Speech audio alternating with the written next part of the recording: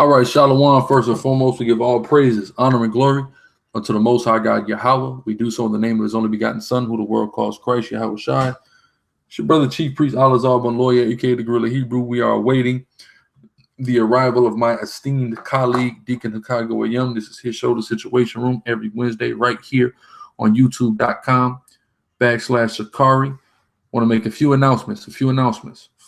Y'all can go now and get that Lazarus Lair album on iTunes and CD Baby. Deacon's newest release, Lazarus Lair, with the critically acclaimed songs Unapologetically White and Black and Brown. Very powerful records. Videos are right here on this channel. Y'all can check them out through the spirit and the power of Yahweh Hashem Yahweh Shai. Also, this coming December the 14th to the 16th, Sakari will be in South Florida in unison with the Akim from Light of Zion. Will be in South Beach, Hollywood Beach, Little Haiti, Golden Glades, etc. So y'all look out for that. And of course, January 24th to the 27th, we got the Hebrew Summit. The 12th, Masharah Yasharallah Hebrew Summit going down in Atlanta, Georgia. So be there, be square. Also, like I said again, get that Lazarus Lair album by the Deacon, just released on iTunes and CD Baby through the spirit and the power of Yahweh Hashem Yahweh Shai, man. I'm just coming off a debate on the Solar Vision Debate League. Brother by the name of Gold Mine, through the spirit and power, by the grace and mercy of Abanawi Yahweh, by Hashem Mashiach Yahweh Shai, we got that W. And now, by the grace of the Most High, I have a 7-0 record in the Solar Vision Debate League. So I'm just always thankful to my power, the Most High, and His Son, my King, Hamashiach Yahweh Shai, the Savior of the nation of Israel. For that, humility and love and service to your power will enable you to do a lot of things, man. So the topic of the debate was what's more conducive for the black family, the Nile Valley civilization or the Bible. I believe the Most High put the spirit on me to prepare well for that, and that's I'm actually planning to write a book predicated upon the information that I brought in the debate, man. So y'all look out for that. I'm gonna try to have it done by the summit. That way, when it comes to the summit, you'll be able to purchase your hard copies if you're there. I also want to distribute it in a few bookstores around the country, getting as many bookstores as I can, even if I have to give it away to them in order for them to stock it. And of course, sell the ebook, man. And I just want to get this in black households' hands. You know what I mean? And I want our people to see this and to not get duped into this new Christianity, which is, this comedic utopian make-believe nonsense that our people are into, that we're not at all connected to. So I certainly have an agenda with that, and by the grace of the Most High, I hopefully will be able to do that and write this book and get it out there for the masses, man. But again, we're gonna give all praises to Yahweh Hashem Yahweh Shai. Again, I'm just waiting on the Deacon. He's got a couple treats for y'all tonight. I'm actually gonna also invite another esteemed colleague of ours, Brother Knowledge Born Allah, aka Irap Ayab Bun Yahawda. And we're gonna bring him on as the special guest moderator tonight, man. He's the host of Do the Knowledge Radio, a very powerful and informative radio show that's been rocking for years, and we've been rocking with him since day one. He showed us nothing but the utmost love and respect, and has certainly assisted myself as well as brothers like Captain Zariak of the ISUPK, Priest Daniel of the Lions of Israel, General Hashar of Ambassadors of Christ, and furthering the gospel through the spirit and power of Yahweh Hashem Yahweh Shai. So again, we are gratefully appreciative of that, brother. And we're going to bring him on tonight as a special guest moderator. We got a few people who we are interested in dialoguing with this evening. A few people we're interested in dialoguing with this evening. Most High will, we're going to make this thing happen. Here momentarily, waiting on our powerful Deacon. Y'all make sure as well to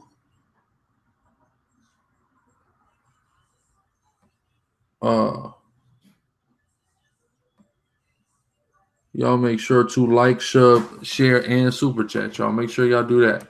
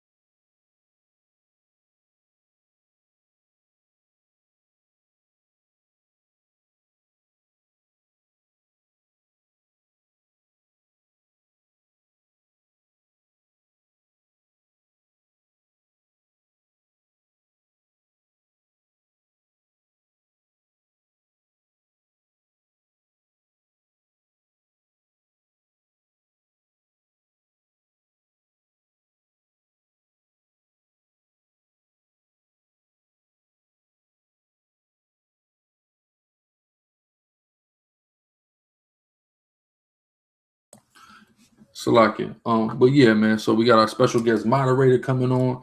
Deacon Kyle be here again. Lazarus Layers in stores. Well, not in stores. They don't even sell CDs in stores anymore, I don't think. But it's on iTunes and whatever the hell you buy music on, not stream, but buy music at. It is certainly there. And I'm gonna tell you something that's interesting, right? This brother who I just debated, basically said, you know what? I'm not talking about anything after the 12th dynasty of ancient Egypt. That's what he said, right? Cool. What's interesting is the laws of Mayat come from the 19th dynasty, right? So if that's the case, then the only good thing y'all really even have, you can't even claim because it came after the time where you are co-signing the people that were there. You heard what I said, D? Yeah. Oh, wait. He said he was from because remember he was talking about the 12th dynasty, remember? Yeah. He said they were wait, I remember he said they was in South Africa. South Africa, right? But he was saying it was the 12th dynasty. Anything after the 12th dynasty was foreign invaders. That's what he said, right? So he said King Tut is a foreign invader, right? Cool. But the 19th dynasty is where Mayat comes from, the 19th dynasty. So that means the only thing they even have, the only laws they even have and system they have is out the window because that's from invaders. Right. Yeah. He kept saying invaders. He kept saying invaders like to get the heat off of who he thinks is the original people or his people is. Madness. Our people are lost. Our people are lost. I'll tell you that now. Okay, let's see. Okay, let's get this brother on. Let's do this thing. Let's do this one thing. What's going on, Shatar Hassad? Listen, first and foremost, did y'all salute in? Yeah, we saluted in. Okay, Kyle, I just got to give all praise, honor, and glory to Yahweh Hashem Mashiach Yahushua for that W. All glory to the Most High. And we know that the scriptures, the holy scriptures, are more conducive for the Black, Hispanic, and Native American man. That's right. As opposed to this Nile Valley culture, all right? And the brother Gorilla Hebrew, he proved that without a shadow of a doubt. And that's what we're here to do. We're here to bring the knowledge, wisdom, and information of the scriptures. And guess what? There could be no gainsayer to that. Okay, we got brother Yah Judah in here. I'm gonna let the brother introduce himself, and then we're gonna break a little bit of bread. Go ahead, fam. All right, what's going on, brother? How y'all doing, brothers and sisters? I'm Yaju. Just a simple messenger of the Father, Levite back to bring the true spirit of God back. Okay, cool. All right, so we talked a little bit in the DM, in the messenger. So I'm not sure like what you believe in, what your doctrine is. I kind of caught a glimpse of some of the things you believe. You said you and your brother are the two witnesses. When you say the two witnesses, what do you mean by that? Is that the two witnesses that we see in the Bible, or is that the two witnesses that we see in Zechariah or Revelation, or you just two random witnesses for the truth?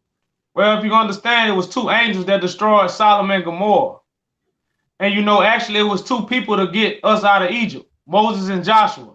When you turn to the New Testament, you got Jesus and John the Baptist.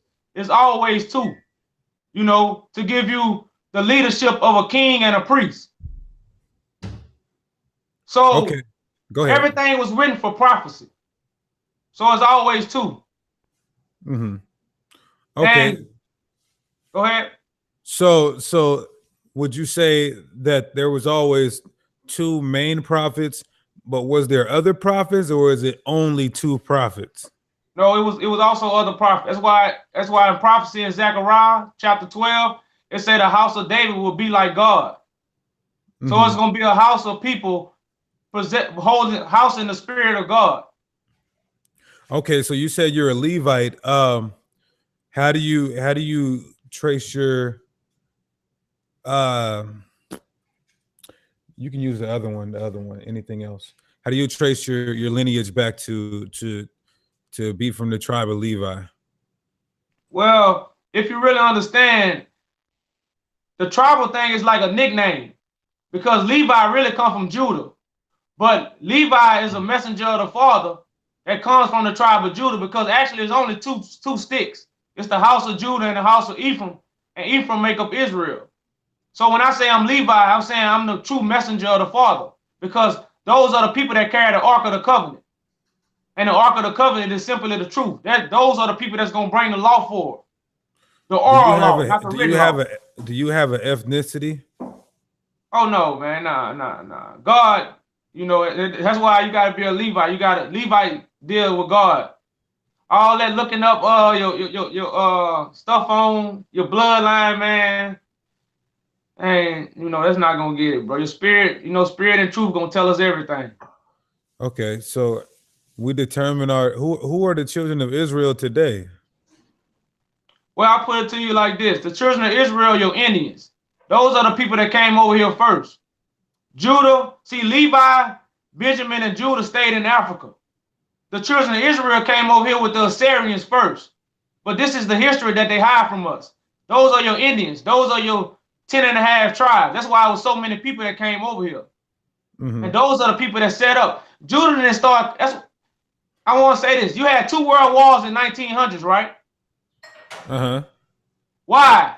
Because that was the time when they was messing with the Jews. That's why Hitler professed he was messing with the Jews.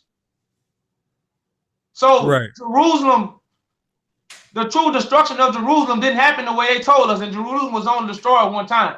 And that was when the Jews came over here through Louisiana. That's why they got the Saints. They say the Saints go marching in. Mm-hmm. Okay, so that's why the football team called the Saints. So you believe essentially that blacks, Hispanics, and Native Indians of Negro descent are Israelites? I believe most of your Negroes are your Jacob. Those are your Judah, Benjamins, and Levites. But most of your people, because Israel, they got a scripture in the Bible where it say Israel has mixed with the people.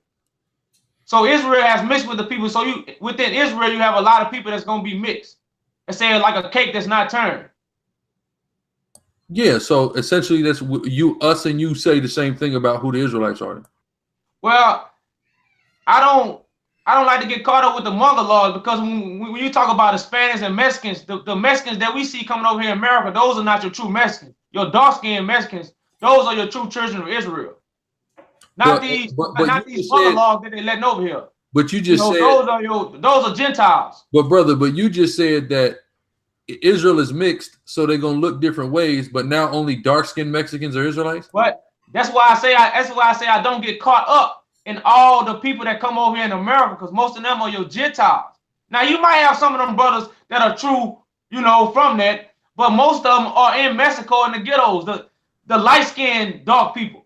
I'm not talking about these white Mexicans that they let over here. Those are your Gentiles.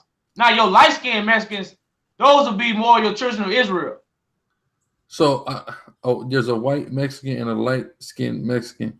Well, brother, you should know what I'm saying. You know, like a light-skinned brother, like I got a light skin. I don't get caught up in all that because whoever accepts truth, that's who really gonna be saved. I was just answering your question. Okay. And hoping you can understand in the spirit. But I don't preach no 12 tribe chart. Okay. I preach salvation. Okay, so you mentioned something. You said that the written law has been manipulated or tampered with. Yes, go to Jeremiah 8:8. It say the lying pen of the scribes and Pharisees. Okay, have Shatar get Jeremiah 8:8, and this proves that the written law has been tampered with. Well, yeah, does that mean laws were added or laws were taken away? Well, the law is spiritual, as Paul tells us. Paul tells us the law is spiritual. So we don't have a spiritual law. We have a written law. And anything written is not spiritual because anything spiritual comes from heaven. So before Paul the Torah don't come from heaven. But before Paul wrote that, was the law spiritual? Yeah, because see, Paul's teacher was Barnabas. Barnabas was a Levite. And that's why Paul was able to say these things. Paul received the mysteries of the law. Paul received the mysteries of the teachings. Because this Bible is a sealed book. That's why he told Daniel to seal this stuff up. So all this stuff is sealed. So a Levite got to come unsealed it. That's why they carry the Ark of the Covenant. You got to come get on their boat. Okay, but did Paul keep the written law? No, Paul kept the spiritual law. See, Paul's name was Saul, but Barnabas transformed him and made him Paul. Saul means he was simple. That was when he was a simple man. When he became Paul, that's when he became a principled man. He knew the law. He knew the spiritual law. That's why he say the law is spiritual. And that's why Paul say the law is not for the righteous. Okay. But go to Jeremiah 8 and 8, like I said. Yeah, let's do that first, and then we could move from there. Yeah, kind of. I got it. Oh yeah, Alazar busy right quick, so it's just gonna be me right now. But Okay. this is Jeremiah 8 and 8. It says, "How do ye say we are wise, and the law of the Lord is with us? Lo, certainly in vain made he it. The pen of the scribes is in vain." Mm-hmm. The pen of the scribes. So Okay. Moses, and then we all know Moses was rejected. Okay, but we still have been prompted to follow the whole Mosaic law, as they call it, even in the writings of Paul. So No, Paul says spiritual. okay. That's why when Joshua got the law, he told Joshua to meditate on it. He didn't tell Joshua to preach the law. He said meditate on it, and then you would do all the things. Okay, let me share my screen real quick. So this is Acts chapter 24, verse 14. It says, "But this I confess unto thee, that after the way which they call heresy, so worship I the God of my fathers, believing all the things which are written in the law and in the prophets." So here's Paul admitting that he believes in the written law. All right. So how do you reconcile that? Well, brother, right now I believe in the written law, but I teach it spiritually. That's why I say the Levites must divide the whole and common things. So when Moses talk about a dietary law, many people say Moses talking about food, but Moses is not talking about food. Moses is talking about your daily bread. That's why he say chew the cud and a split hoof. He's talking about holy and common things that Levites does. So when you talk about a law, Paul understood the spiritual law. That's why Barnabas was his teacher, which was a Levite. So Barnabas interpreted the law to Paul. And that's like right now, I got many teachers on the spiritual law because I have fulfilled the law. And I teach people to fulfill the law. I don't teach nobody to keep the law. Okay, so did we have this understanding 2,000 years ago during the time of the Messiah and the disciples, or is this a new understanding that only you're bringing out? The Messiah never came. That's the lies. See in Daniel 7 and 5, it say they changed the set times. When they changed the set times, they changed the prophecy. In Revelation, it say, "Bless those who believe in the word of prophecy of this book," not the words of the book. We got to understand prophecy, and prophecy has never happened. We can deal with that. We can deal with that. But first, I want to address this. Did we understand during the time of the disciples and the Mashiach, as it is written, as what we have in the books, did we understand it the way that you're saying it happened? As far as the dietary laws? Well, yeah, because see, you got to understand, Moses was rejected. But here we have in Acts chapter 10, Peter saying, but Peter said, "Not so, Lord, for I have not eaten anything that is common or unclean." So we see in the text that we didn't look at the law of Moses as spiritual. We actually looked at it as literal, the written law. Well, yeah, common. Yeah. See, common or clean. So you got to look at the law as a holy law, but it has to be spiritual things are not written down. They come from heaven. That's why our Father say his son coming from heaven. So when we talk about the spiritual law, it has to be interpreted to us. And again, Barnabas interpreted this information for Paul and Peter, because all these people was under the teaching of a Levite. That's why I keep telling you about Barnabas, because Barnabas was a teacher in a synagogue teaching these disciples, even Peter. That's in Acts 2, because Barnabas all through Acts. And Barnabas got a book. And see, Barnabas interpreted the spiritual law to let us know Moses was not talking about food. Okay, so when we read Isaiah 8:20, and it says, "To the law and to the testimony, if they speak not according to this word, is because there is no light in them." What word is he talking about when he says to the law? What law is Isaiah talking about? The Levitical law that was only given to the Levites.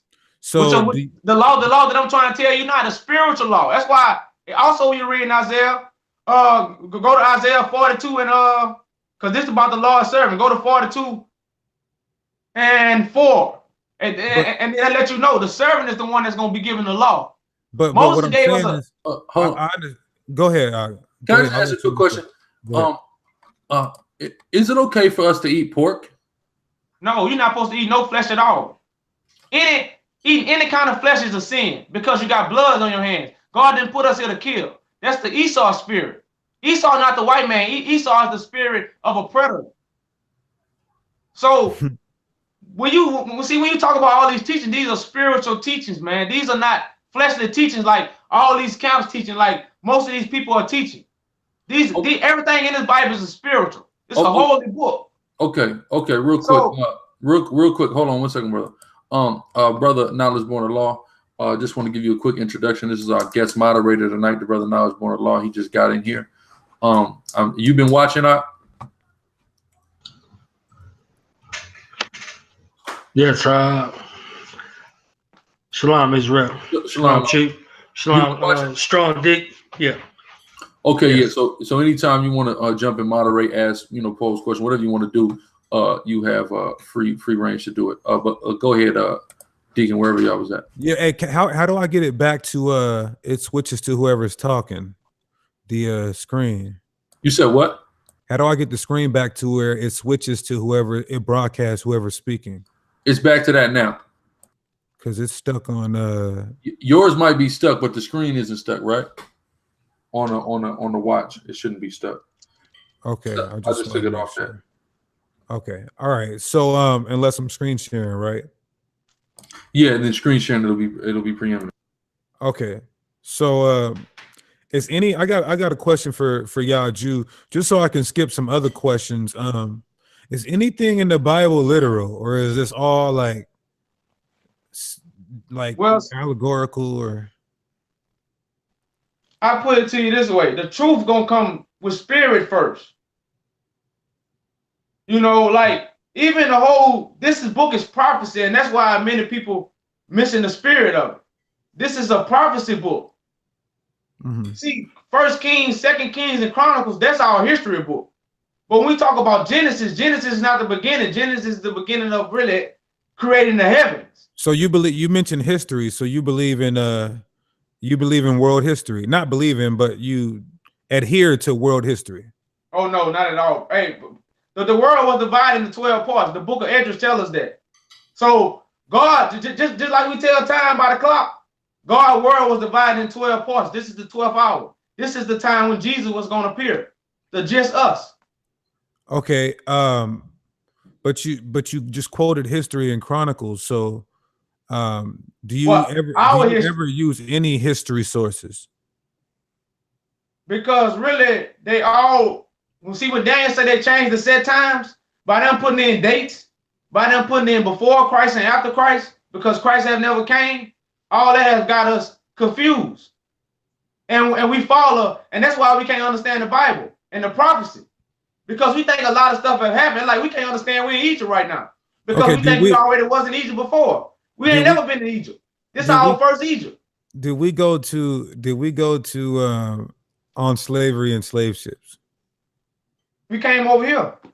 How do you know that? And see, actually, again, Judah was the only people to go on slave ships and chains. Israel came over here willingly. That's why when you read 2 Kings 17, Israel wanted to leave. Okay, but what I'm asking you is according how do you prove we went into his slavery? How do you prove it? Yeah. Well, George Washington Carver, for example. So you would have to use everything. So you would have to use history, right? Well, you gotta. I wasn't saying use it like people use it, because people use it with confusion because they want to use dates. Dates is what throw people off. The dates they give us are fake. So that's why I said that. So we can't use we can't employ relative dating. No, that's just like you said, 2,000 years Christ, all that's fake, man. Like this stuff, actually Judah only been enslaved like this in cruelty for 70 years. Even Jeremiah spoke of a 70-year captivity. We've only been in slavery for 70 years. Why the fake Jews set up everything in 1948? Oh no, but no, we've only been in slavery for 70 years. Cruel bondage, put it that way. Not. So wait Israel, a minute. like I say, Israel came over here first, but they came over here willingly. So first we came in slavery in our mind. 1700s and 1800s is pales in comparison to what we're going through now. That's why I said Judah. As a group of Israel been on. Okay, Jeremiah prophesies, why is Israel a homeborn slave? Israel always was a slave. You know. Israel came over here in the early 1600s. They wanted to come over here, so they did get slaughtered by the sellers that came over here with the Assyrians. Because in the Bible it tell you the Assyrians made the Chaldeans. Okay, I got a question. You said Jesus never came. What about the historians, the non-religious historians who corroborate the life of this man? Because that's the prophecy, brother. That's only the prophecy that's been told for so long. It's only one prophecy. That's why Moses say God was gonna finish his work on the 7th day. If we in the spirit, we know 7 is a good measurement. That's why when you roll dice, 7 is the number you want to hit, because that's the measurement. So the 7th day has never came yet. The Sabbath day has never been here yet. Jesus tell you, which is Joshua, that's the script. He tell you the Son of Man is Lord of Sabbath. So if the Son of Man is Lord of Sabbath, and the days of Son of Man is going to be as in the days of Noah, so all this stuff that we hear is all about prophecy. So the exploits of Jesus never happened. No, they're happening right now. But why? Go ahead, King. So if this is his claim, huh? If this is your claim, can he present the evidence, and then Strong Deacon, can you refute the evidence that he present? Because we're doing things upon precept upon precept. So I just want to try to keep it. I want to keep it in order. Okay. No. Precept upon precept. For the claim that you made, you said, okay, Yahushua did not exist yet, but you made reference to him a couple of times, and then you kind of commingled him with other, points of reference. So can you bring out that precept or present your evidence, and then, Deacon, you get the opportunity to refute those. All right. First, I want to read Isaiah to tell you about, because this is simply, Isaiah spoke of your Christ, but Isaiah was speaking of the last days, not of the New Testament. There's no such thing. So I'm going to read Isaiah 42, and then I'm going to go to Colossians in the New Testament to clarify who Jesus really is. This is Isaiah 42, 1-4. It say, behold, my servant, whom I uphold, my elect, in whom my soul delighted. I will put my spirit upon him, and he will bring forth judgment to the Gentiles. He shall not cry, nor lift up, nor cause his voice to be heard in the streets. A bruised reed shall he not break, and a smoking flax shall he not quench. He shall bring forth judgment unto truth. He shall not fail, nor be discouraged, till he have set judgment in the earth, and the isle shall wait for his law. I'm going to turn to Colossians. I wanted to let you know that because the servant of the Father has the law, not the book. The book has a teaching of the law, not the original law. The servant, the Levite, has the law, but the law is the Ark of the Covenant. It's what we must follow. Before you go to Colossians, can we give an opportunity for the deacon to respond to the precept that you brought out? Well, Alazar, you had something. Go ahead. If you So I'm supposed to. So the servant that you just read about is you. Well. I want to say this, brothers, and y'all caught me late at night now. I've been on here every night. I got tons of videos with information you never even heard before. So I ain't just up here running my mouth. Like I don't want to get that twisted now. I'm not no camp dude. I'm strictly by the Father. I'm doing my Father's work. So I'm not on here to make you believe. You have to see the Spirit. But I'm Father just asking you, opening from people's your eyes. perspective, are you the servant? Yeah. Okay. Dwyer, Yes. go ahead. Yes. So you're the servant. You're the servant of okay, no worries. So how long have you been in the truth? Have you always been in this knowledge and faith? Have you always been a righteous man? Yes, since birth. Since But birth. as see the story of Joshua is my story. Joshua became high priest, but Joshua had to take off his filthy clothes first. That's how I'm able to correct my brothers. Because I have pulled all the needles out my eyes. But So- high priest Joshua had filthy garments on, so that means he was once wicked.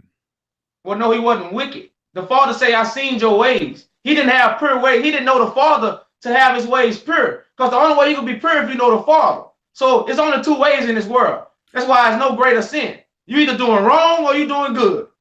You doing right or you doing wrong. If you're doing wrong, you filthy. If you're doing right, you pure. Are you the suffering servant from Isaiah 53?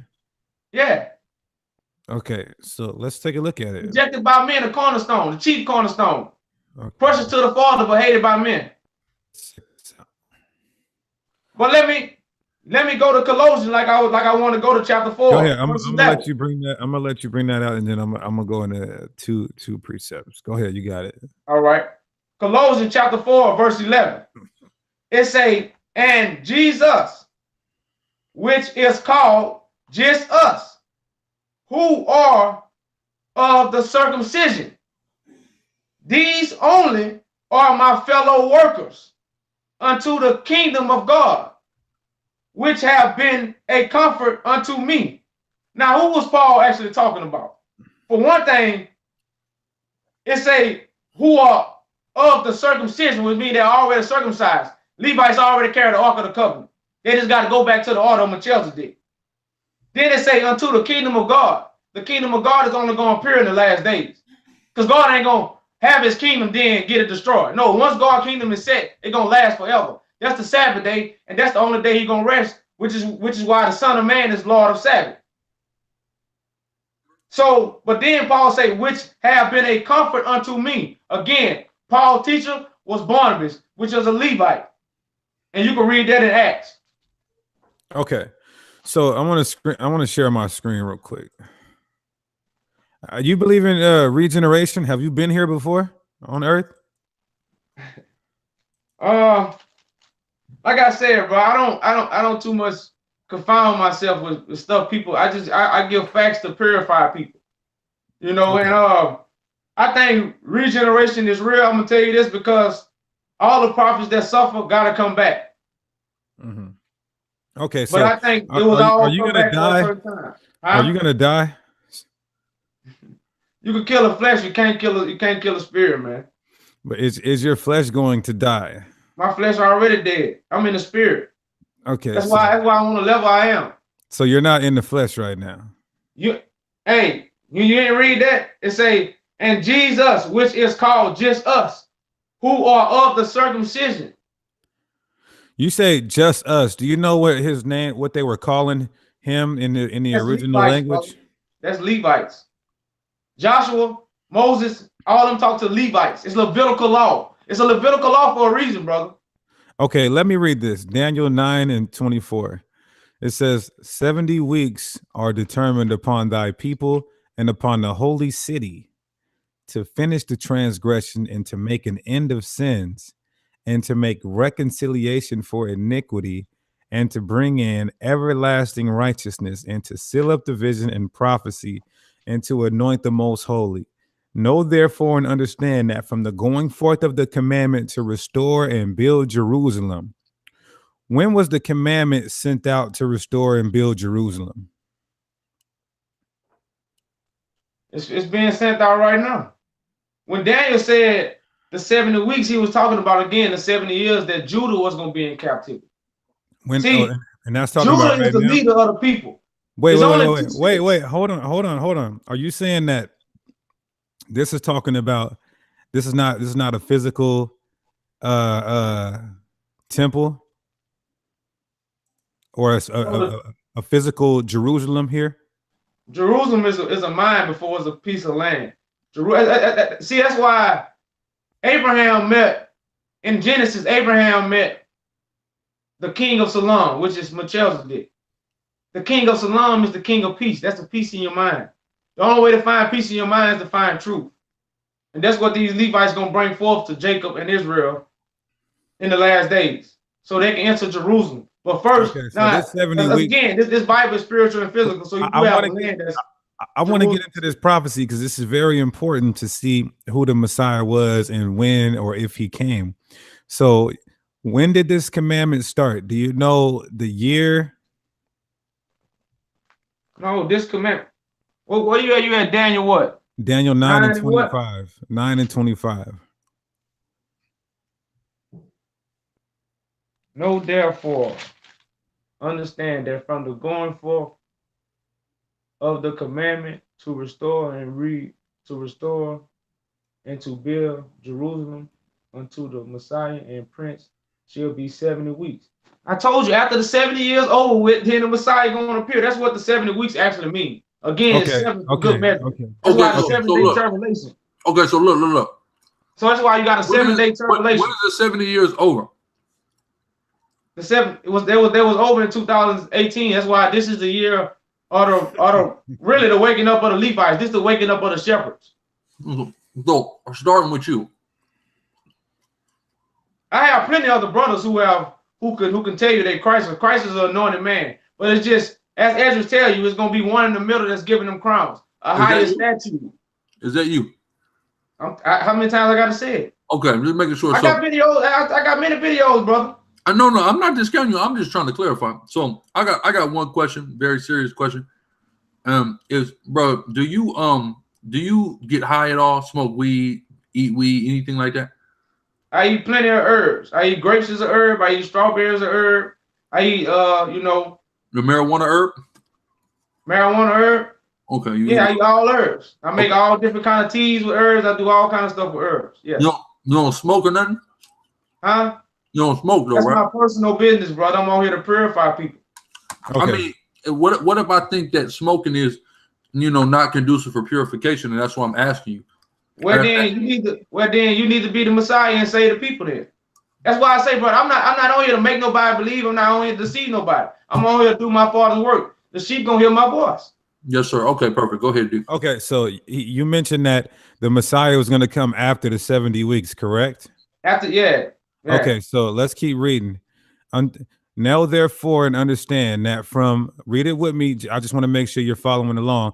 Daniel 9 and 25. Know therefore and understand that from the going forth of the commandment to restore and build Jerusalem unto the Messiah the Prince shall be 7 weeks and 62 weeks. Right? And it says the street shall be built again and the wall even in troubled times. And after 62 weeks shall Messiah be cut off. So the Bible is saying that the Messiah was going to die before the 70 weeks is up. You're saying the Messiah was going to come after the 70 weeks is up. Therefore, you're disqualifying yourself according to prophecy. You ever read in Jeremiah where it say the 70-year captivity that Jeremiah spoke of? I'm talking about the same captivity that Daniel speak of, the 70 years. I want to. They all spoke of the same captivity, brother. But I want to compartmentalize this text because this gives grave detail on our Messiah here. No, let me. So can you break down 9? Just break down 9 and 26 for me. Let me go to the beginning, brother, so I could kind of. Because, man, y'all brothers chop these scriptures up, man. I hope y'all want to know that scriptures in Mary Magdalene, man. These scriptures been defiled, y'all. So, but where we at? 9, 25, and 25.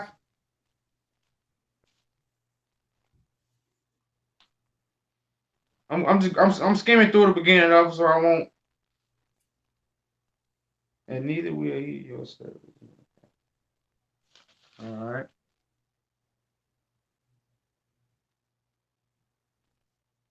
All right, now before we go down that far, I just want to go to 13. so we could put us in the right context of where we at in this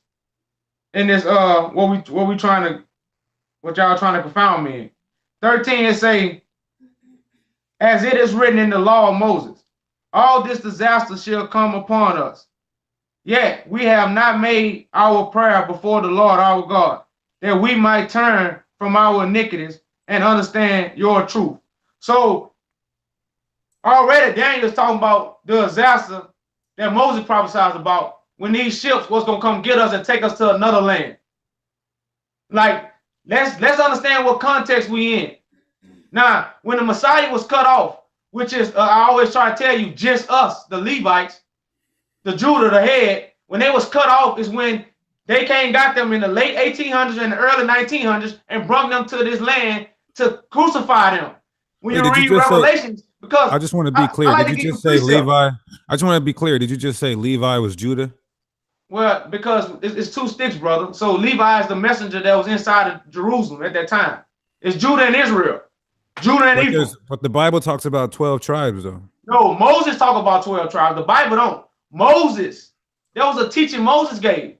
And then if you want to know another mystery, I'm gonna slide you a mystery. When you turn to the New Testament, you read Moses and Joshua. John the Baptist is Moses. Are you telling me the prophets, Judah, are you telling me the prophets never mentioned 12 tribes? No. Nobody but Moses. Okay. Nobody but Moses. Okay. No, hold on. Nobody even Moses. Okay, who wrote Acts? Moses. That's Moses teaching. I just told you. He's saying John no the Baptist prophets. is Moses. So wait, Jesus Acts, is Joshua. Acts You got is two written people, by brother. Moses? These are mysteries. Hey, Hold on, brother. Hey, the Bible say you must know Let me get a mysteries. clear answer. I need a clear answer. Acts was written by Moses? No, it's Moses' teachings though, because they come from Levites. Oh my goodness, great. Okay, Barnabas taught them. But I Barnabas taught the people as in Acts. I thought only Moses wrote about the 12. The 12 tribes, correct? Well, no, bro. Hey, when you turn to the New Testament, brother, you're not dealing with scripture now. You're dealing with a prophecy. That's stuff that was gonna happen. The New Testament is a script of what's happening today. It's a script. Okay. This Bible is that's why it's scripture. Okay, so Acts 7 and 8. And he gave him the covenant of circumcision, and so Abraham begat Isaac and circumcised him the 8th day, and Isaac begat Jacob, and Jacob begat the 12 patriarchs. So the New Testament is talking about 12 tribes. Well, I think he's saying the prophets. So can you do me a favor? What I'm saying, the prophets never spoke about 12 tribes. No, okay, that's fine. But I thought the Levites who wrote Acts were prophets, right? Well, no, I didn't say the Levites. I didn't say the Levites wrote Acts. I say they taught the people who wrote Acts. Like Peter, Paul, they was taught by Levites. Okay. Barnabas interpret. So Moses was giving you they're not Moses. Moses was giving a prophecy, brother. So they're not Moses, so it's not just written up by Moses. Thank you. No, John 9. Revelation was written by Moses. Okay. See, these are mysteries, brother. Can you read me Ezekiel 48 real quick? Ezekiel 48. I just want to clarify this, then we can move on. You said the prophets didn't mention nothing about the 12. Hey, but you talk about the kingdom of heaven. In the kingdom of heaven, you're gonna have 12 gates. That's Revelation. He's speaking again. Moses. No, I'm talking to Ezekiel 48, brother. Ezekiel 48, verse 1. Yes, okay. Well, yeah, you talking about when he named the 12 gates with the measurement stick? Okay. So I know all that, brother. But can I come in real quick? Come on. 40. You said 48. You asked him originally to give a breakdown of where we were in Daniel. You know, I understand everybody had to deal with the side information, and he jumped to 13. But just try to keep things in order, just from what I'm hearing. We could kind of get sidetracked in dealing with the background. You asked them for a specific breakdown. Can we go back to that? Okay, cool. Hey, the Messiah not gonna speak scripture, man. He's gonna speak the spirit of truth. We speak a testimony. That's why Paul tell you, wise man, we stand on top of If you agreed with me earlier, brother, you said you're doing precept upon precept. The brother asked you for a breakdown. And that's what I'm giving. Precept before I can go to any book and explain to you what I'm saying. When the brother asked you for a specific breakdown on that particular verse, you jumped to another verse. No, I wouldn't jump into another verse. Because it's a chapter, brother. It's not about verses. It's about what the chapter is talking about. The chapter is talking about when the people was going to be captive of Moses in the time of prophecy. if you use it to provide a context, is one thing, but you still did not address and give a breakdown of the verse. If you used another verse to give, clarity to what you were saying, that's one thing. I'm just trying to keep the people in line because, a lot of times these things spiral into places where they don't need to go. So if you could give the brother a breakdown as he asked for, then you can go into anywhere else that you want to go. He could go anywhere else he want to go.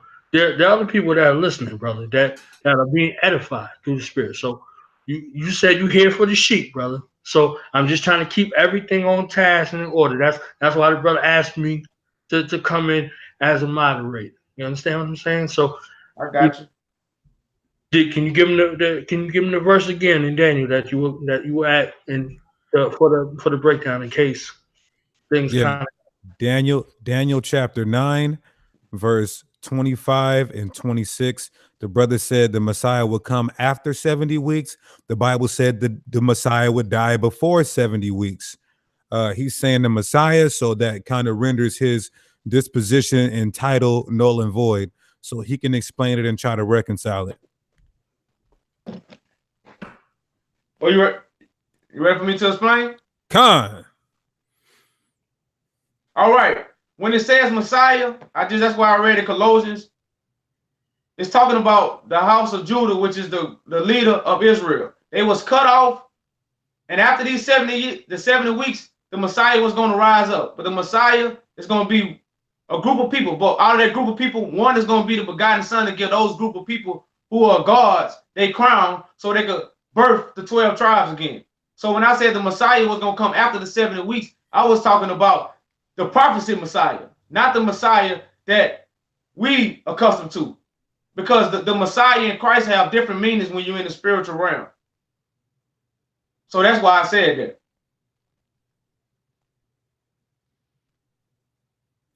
Okay. Well, that's his answer. I'm not satisfied when it, like he said, you said the sheep will hear your voice, so we'll just let the nation deal with it. You also mentioned something. You gotta, I ain't mean to cut y'all, brother, but that's why I read in 13 where it said the written law of Moses. So Daniel is speaking on the things that Moses prophesied that would happen to us. So when Moses prophesied these things that was happening to us, that's when we was being cut off. That's when Judah was being cut off. Israel was already over here in America.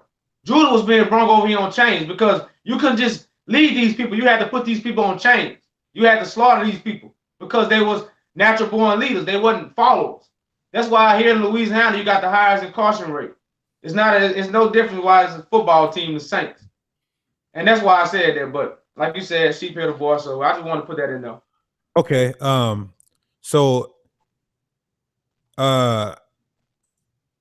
So you're gonna be killed. You're gonna be killed by the prince of the city, the prince of the people. Who's gonna be killed by the prince of the people? The Bible says the Messiah will be. Well, see, the prince of the people is the deceiver. It's Satan. So yeah, Jerusalem was destroyed. The Messiah is a group of people. That's the Messiah. Is the Spirit of the Father. That's why I read in Colossians, Jesus means just us, just the Levites. They inherit with God. Well, okay, turn to Deuteronomy. I'm sorry. Go ahead. What's that scripture in Colossians? 4 and 11. Go to Deuteronomy 18.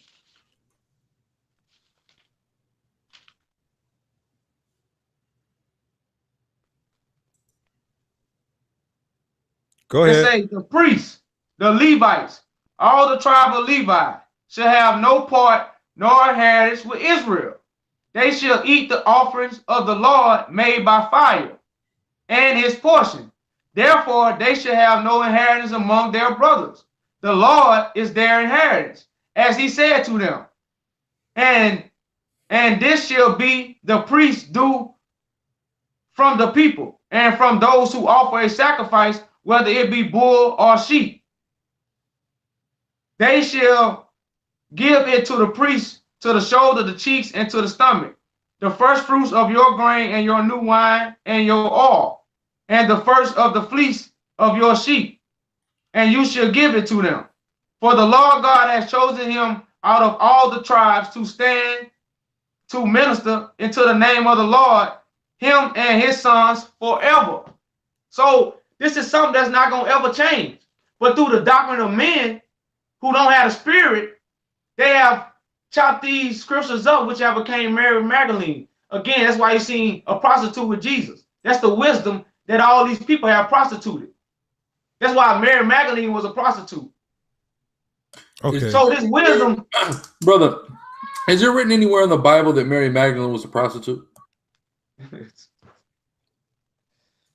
oh man. Hey, do you remember I told you Joshua and Moses changed Joshua's name because Joshua's name was Jose. If you read Numbers, Moses changed Jose's name to Joshua. Jose, the son of Nun, was named Jose. So when you read Jose's story, Jose had to marry a prostitute. He told Jose to go marry a prostitute.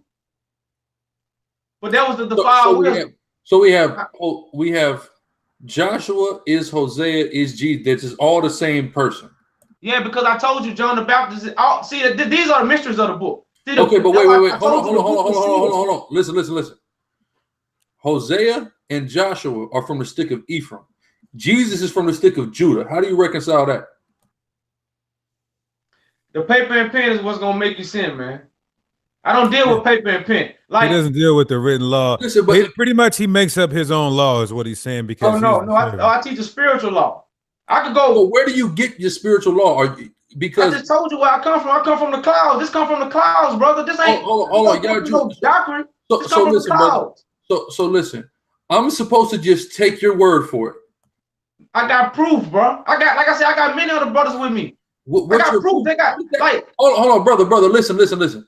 Jim Jones had 1 million people with him. Man, I ain't telling you to follow me. I'm telling you which way to go. Okay. I ain't telling you to follow me. And I'm sure he didn't do it either, but they still drank the Kool-Aid. You have to understand. So I'm supposed to just believe you. I got counsel, brother. I'm telling you the counsel. You want? I got what more? You it say priests or Levites? It say priests. The Levites are ministers forever. Okay, I say I'm a priest. You want to believe the words of the book. Hold on. I say I'm a priest and I say I'm a Levite. I got counsel. I still don't think that everybody in the world should follow me. We're not saying the same things. So the whole thing is this. What do I have to go off of to believe that you're this great guy? It's a No, don't tell me what it says because it's been tampered with. The paper and pen will make you to sin. How can you show that you're the guy? Through counsel, I told you. What are the 7 spirits that's gonna take hold of one man? What do you mean? No. Don't ask me nothing about what's in the Bible, brother, because as far as I know, if I follow your line of logic here, any of it could have been written in and added in and not be true. So I'm asking you talking about you got counsel. What is your counsel? True counsel that you never heard before. Okay. Hold on. So people have told me that I gave them true counsel that they've never heard before several times. So does that make me the guy? If I follow your logic, I'm the guy, not you. Hey, you might be another Levite I need to give a crown to then. You might be one of them. I got to get my crown from you, brother. Go to how hey, you know brother, I ain't man, tall? look. How tall are you? I'm taller than you. It don't matter. All right. Wait. Let me interject. Let me interject. Hey, statue is wisdom, brother. Let me interject. Brother, let me interject real quick before Due to Knowledge comes on and shuts us all down. So what knowledge? Due to Knowledge, the brother, the elder on here. So man, hey, okay. Let me bring out Micah. Man. Yeah, prophecy, great. Isaiah. No, but wait, hold on. Let me we still read ain't out of Daniel yet, brother. Hold on. We ain't, but I gave him the his answer. Oh, like I said, the Micah 5, right? Let's deal with Micah 5. Turn with me to the book of Micah, chapter 5, and verse 1. Let's read a couple verses in here. I want to see if you're this guy according to prophecy. Malachi or Michael? I'm sorry, Micah. Yeah, Micah chapter 5.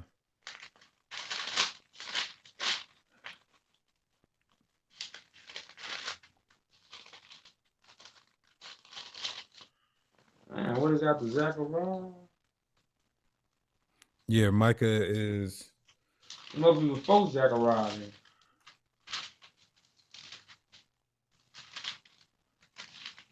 My Bible just tore up, man. So All No, right, I got it. you've been putting Micah it 5, work. what? Micah 5. Let's read verse 1, and then we're gonna just read a couple of scriptures out of here. Micah chapter 5, verse 1. Now gather thyself in troops, O daughter of troops. He have laid siege against us. They shall smite the judge of Israel with a rod upon the cheek.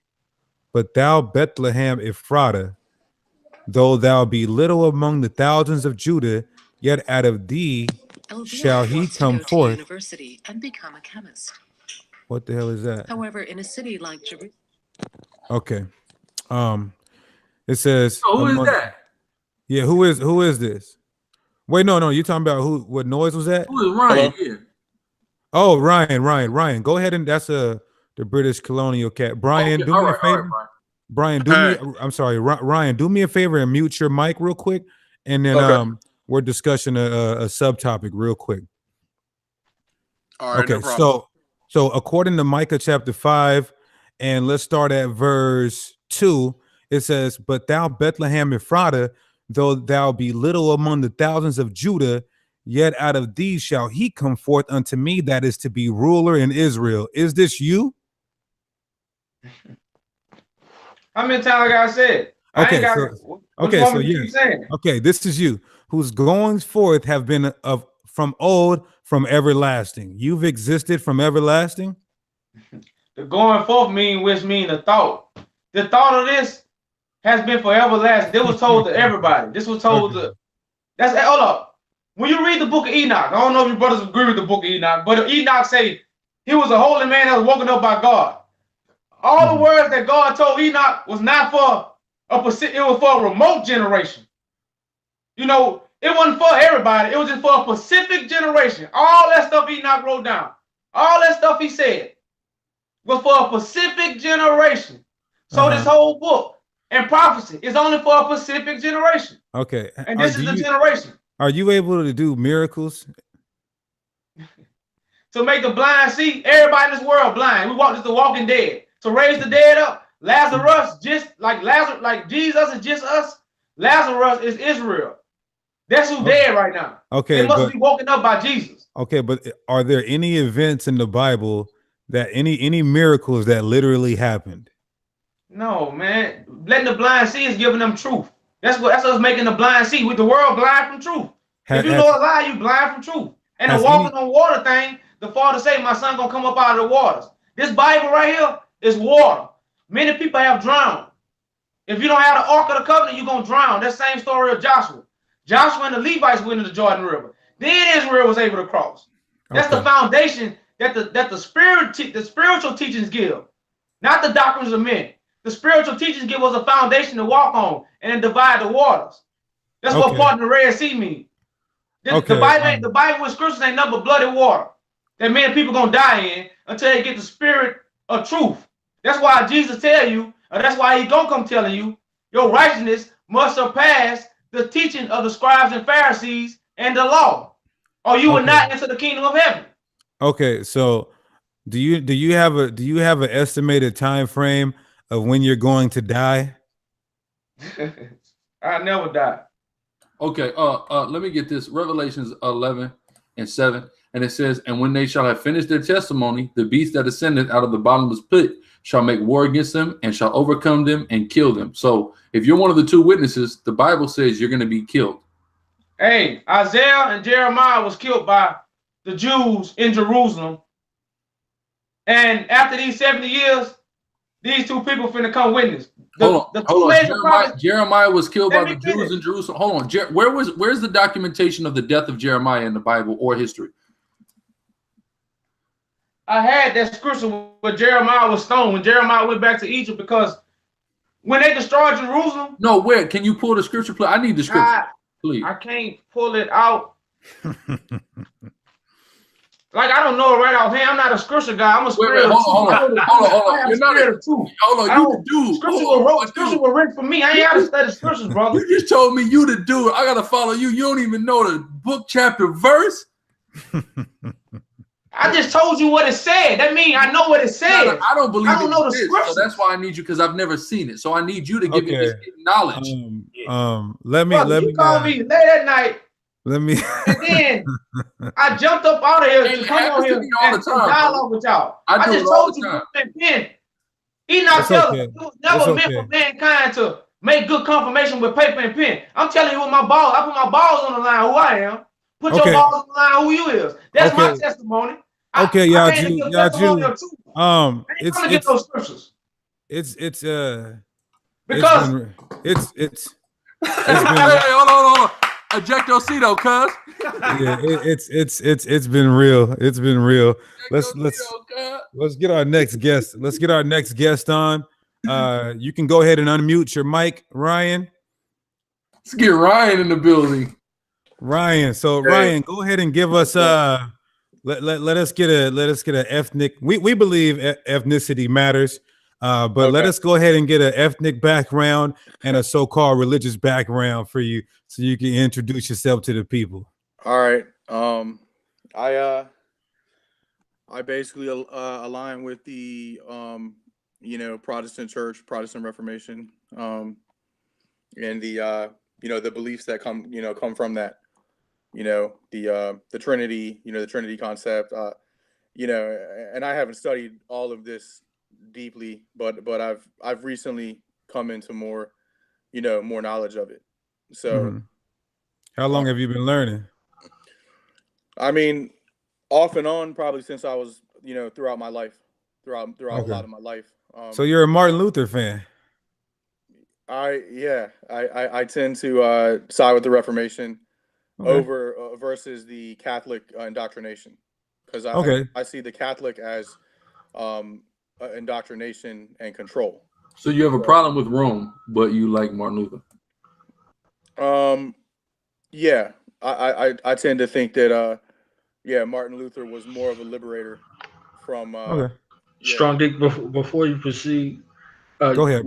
You said ethnicity matters, so can you state that ethnicity for the record? We can't slide past that. I have some Anglo-Saxon heritage, British heritage, and Italian. So yeah, I'm actually about half and half. So okay. Yeah, I'm actually about half Italian. So a white man, okay. Okay, so well, maybe not the Italian half, but well, Italians. Do you know the Italians had a part in the slavery? Did you know that? No, I know it was the Spanish, the Italians, Muslims. I think there was. Yeah. So Columbus was Italian, wasn't he? Well, Columbus was a so-called Jew, fake Jew. Well, we would say fake Jew. Wait, yeah, we spoke on the messenger, and so I wanna get into some things we spoke about. But since you mentioned the Protestant Reformation and Martin Luther, I just wanted to ask a question on that. Being that he is the founding father of the Lutheran school of thought, Protestant. There's a lot of branches and a lot of shoots off that. You said you side with him. Pretty much, he's an icon or a hero, so to speak, to the Lutherans and Protestants, correct? Yeah. I mean, he's seen as the one that brought the I guess the doctrine of only by faith alone and by grace can you be saved, can you that you can come to know God. Okay. Are you familiar with a book that Martin Luther wrote? It's called, first of all, who are the Jews today to you? Who are the Israelites? That's a good question to start with. Probably to me, any group of people that were descendants of Israel that are still alive today. But the covenant is also I guess in any Christian also. I mean, any Christian who Would you believes say in Christ. Israeli people, the people of Israeli people, Polish, Jewish people, etc. Would they be the Jews? Ashkenazi, Sephardi? Would those be the Jews, the descendants of the ancient Israelites? The actual Israelites. It's a good question. I know there's multiple different ethnicities that claim to be Jews now. So Listen, don't be so hesitant and reluctant as you're dealing with some black identity extremists right here. So we're just gonna put it all on the table, and you should too. So go ahead. yeah, I don't fully know. I don't honestly. The genetic evidence, isn't really there. I would think that they could have been from Armenian people, because Noah was from Armenia. Abraham was also from Haran, in Turkey. So, So the Armenians. yeah, I mean, the Aryans were actually living in that area, in that region of the world. Chaldea was an Aryan. Chaldea was an Aryan territory. So like Kim Kardashian would be a Jew. Yeah, I mean, whatever bloodline Abraham came from, that, in other words, the location that they lived in doesn't matter. What makes, I mean, the ethnic origin is from Abraham, and he came from Haran. Okay. So, Chief, can you respond to that statement that he just made? Yes, absolutely. All right. Thank you. So he mentioned a few things that I would be remiss if I didn't. You as a Christian, how do you feel about the ethnic Jews? I think that they I believe that Jews will one day find the Messiah. I don't believe they're actually following the Messiah now. Okay. But I believe that the prophecy. Do you hate them or do you not like them? I don't hate them. I believe the prophecy will lead to them accepting Christ as the Messiah in the end. Now, Okay. I believe that now they are just following. I believe that Israel is part of prophecy, but that the people that are there are not following the Messiah. I believe there's a division that's going to happen in Israel, and Okay. I do believe that some will follow the Messiah in the end. I do believe that some of the Jews, that aren't led by the Antichrist, as you might believe in as well. I believe that the Antichrist will deceive many, like the Bible says. Do you feel like they're like evil people, like devils? Not necessarily. Not in that way. I think that there's just a prophetic time for Gentiles to come into the full completion. The Gentiles. So would it be wrong for a Christian to say that Jewish people are evil, swine, whores, evil sluts? Would that be becoming of a Christian? I don't think so. Okay, cool. No. So let's take a look at this book written by Martin Luther, the founder of your faith. And this is called On the Jews and Their Lies. And when we get down to about the third paragraph, the second paragraph in the treatise, he argues that Jewish synagogues and schools be set on fire, their prayer books destroyed, rabbis forbidden to preach, homes burned, property and money confiscated. They should be shown no mercy or kindness, afford no legal protection, and these poisonous and venom worms should be drafted into forced labor, slavery, or expelled for all time. He also seems to advocate their murder, writing, "We are not at fault when slaying them." In the treatise, Martin Luther describes Jews as base, whoring people that is no people of God, and their boasting of lineage, circumcision, and law must be accounted as filth. Luther wrote that they are full of devil feces, which they wallow in like swine, and the synagogue is an incorrigible whore and evil slut. Close quote. So how do you feel about the founder of your faith speaking such things like that? That would really question where what the mindset was at that time. Okay. And if it was really written by Martin Luther, I don't know. But Yeah. This no, is it sounds sounds yeah, like when you look at the sources for it, this is in the Jewish Encyclopedia. There's another source from Encounter, a book called Luther Scholars and the Jews, Encounter 46, autumn 1985. The Philadelphia Fortress Press. That's a pretty good non-religious source. So it's pretty unbecoming of an alleged Christian who has so many followers in the Protestant church. I mean, it's pretty crazy. So I guess we could move on. You mentioned that the due to knowledge. Do you remember what question you wanted me to respond to in particular? So in regards to Abraham, he made a claim of Abraham and locality of origin. Can we deal with that? Okay.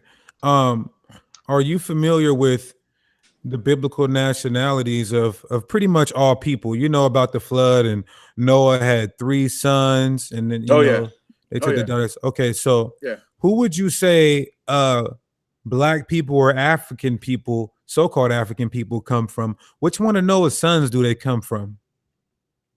That's a good question. That's something I've personally wondered about. I studied a lot of Hebrew Israelite claims. I've studied a couple different ideologies behind that. There's actually a Nordic. You probably know there's a British Israel group out there. There's something called British Israelism. Anglo-Saxon Israelism. Yeah, Anglo-Saxon Israel. Yeah. So there's a couple different claims out there. So you studied Hebrew Israel. You studied a little bit of Hebrew Israelism. Yeah, I studied it from the Anglo-Saxon side and then from the Black Hebrew Israelite groups. Okay. I was just curious about it before. So what groups? Yeah, now, what so-called Black Hebrew? We're not Black Hebrew. Just for the record, we're not Black Hebrew Israelites. We're Native American, so-called Native, so-called Hispanic, Latino, so-called Black. So we come in different shades of brown. But I just want to make that disclaimer. But what Hebrew so-called Black Hebrew Israelite groups have you looked at or did a little research? I've just seen a couple online. Some of the guys that they kind of stand on the street corner and preach to people. They preach hate. I think so. I think they come off kind of like Martin Luther a little bit. Kind of hateful a little bit. Yeah, kind of like Martin Luther. Before we get in, because we're dealing with a listening audience that's listening. So can you kind of give some clarification to the point? All Hebrew Israelites are not in the same group. You understand what I'm saying? So those ones that you research, you have to give some identity to. You see what I'm saying? Because you might have heard something from some people, and then that's a point of contention that Deacon will have to say, hey, we don't align with these particular people or that particular people. You understand what I'm saying? We didn't group you, with your founder as of yet. You understand what I'm saying? So, those people that you researched on this particular side, when you're dealing with these people that's before you, can we get some clarification on who those people were? Yeah, or you don't know? Remember the because if you don't know, then you can just say you don't know. Oh, for me, no, I don't know. I just know of the videos that are just the typical videos that you see online, with people kind of preaching at people walking by. And it looks like it's in maybe in New York. I think it's a group in New York, to be honest. So. I'm not sure. Yeah, I got something for him real quick about because you talked about Chaldea, right? Chaldees, Babylon, Haran, all these areas. Chaldea. All right, so let's see who founded that area. Genesis 10:8, and Cush begat Nimrod. He began to be a mighty man, mighty one in the earth. He was a mighty hunter before the Lord. Wherefore it is said, even Nimrod, the mighty hunter before the Lord. And the beginning of his kingdom was Babel and Erech and Akkad and Calneh in the land of Shinar. Right. So this is where Chaldea and all that comes from. It comes from Cush, right? The grandson of Cush. Cush was the son of Ham. You know who the Cushites are today? I actually believe Cush was went to Cush is in Afghanistan.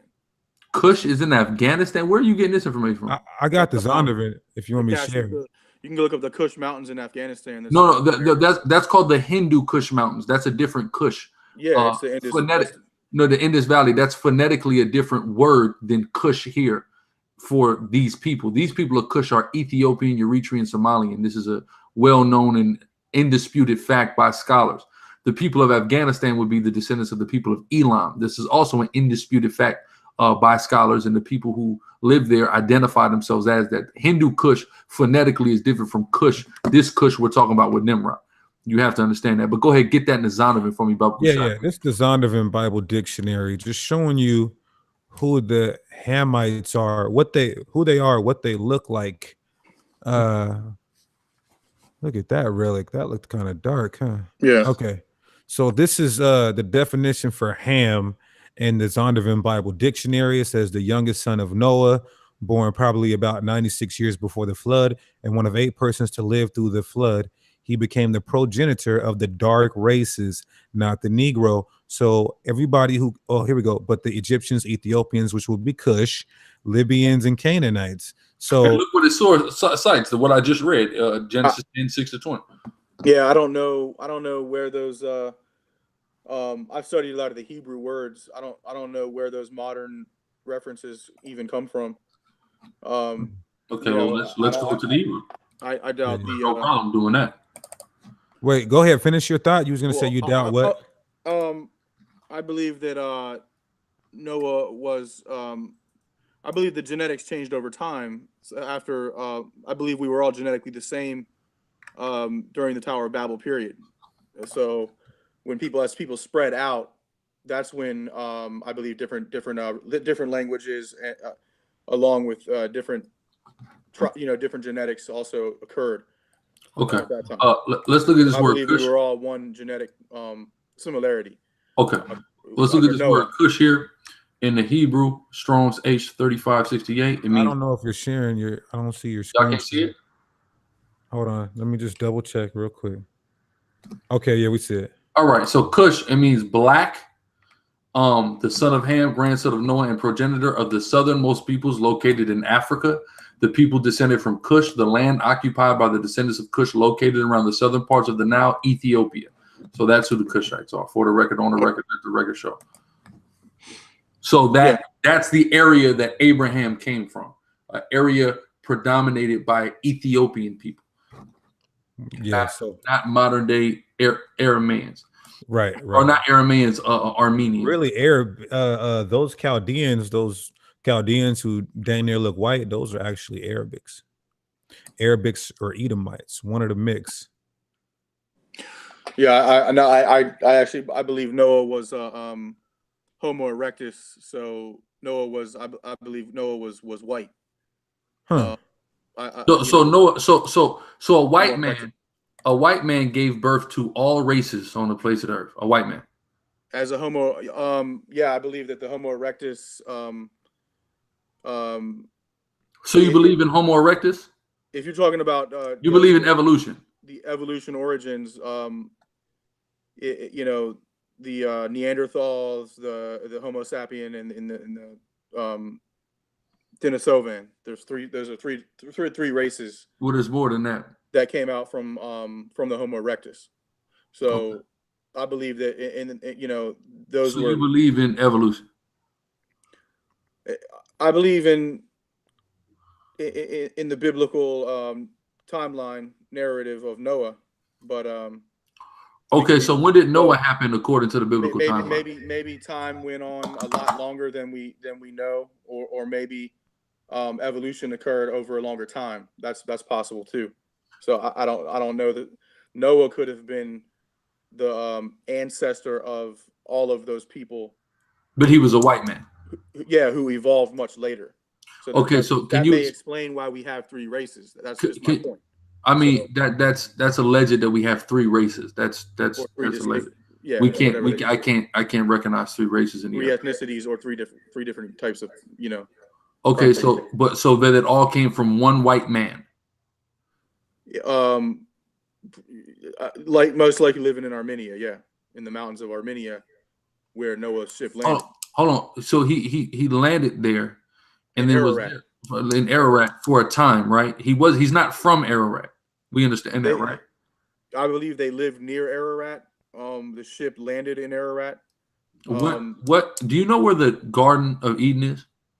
I believe it's. I actually believe it's in near Iran, somewhere near Iran and Turkey.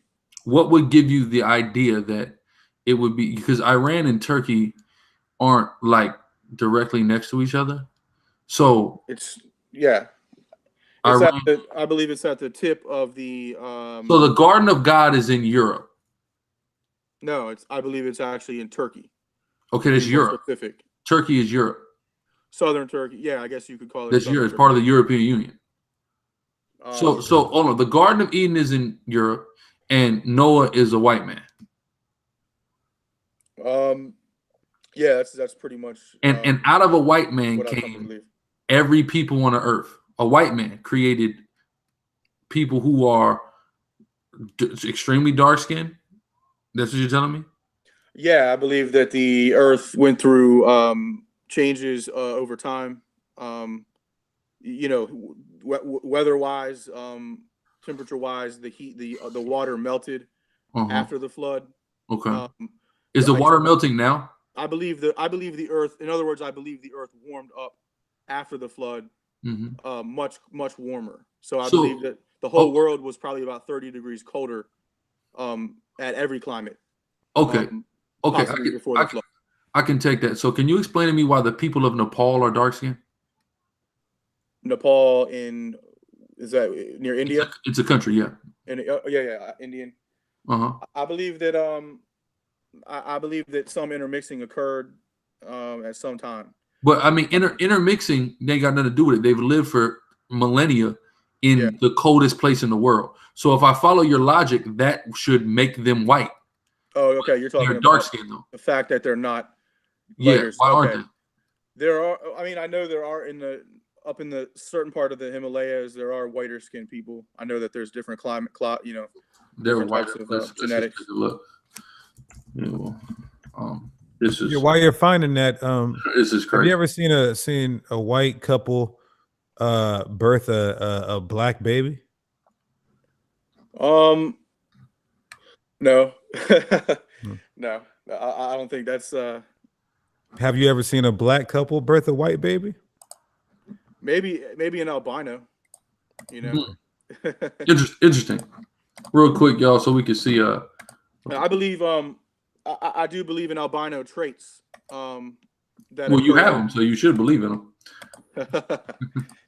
It's the people of Nepal for the record. This is a Nepalian man. Oh, okay. Wow. Okay. I didn't know that.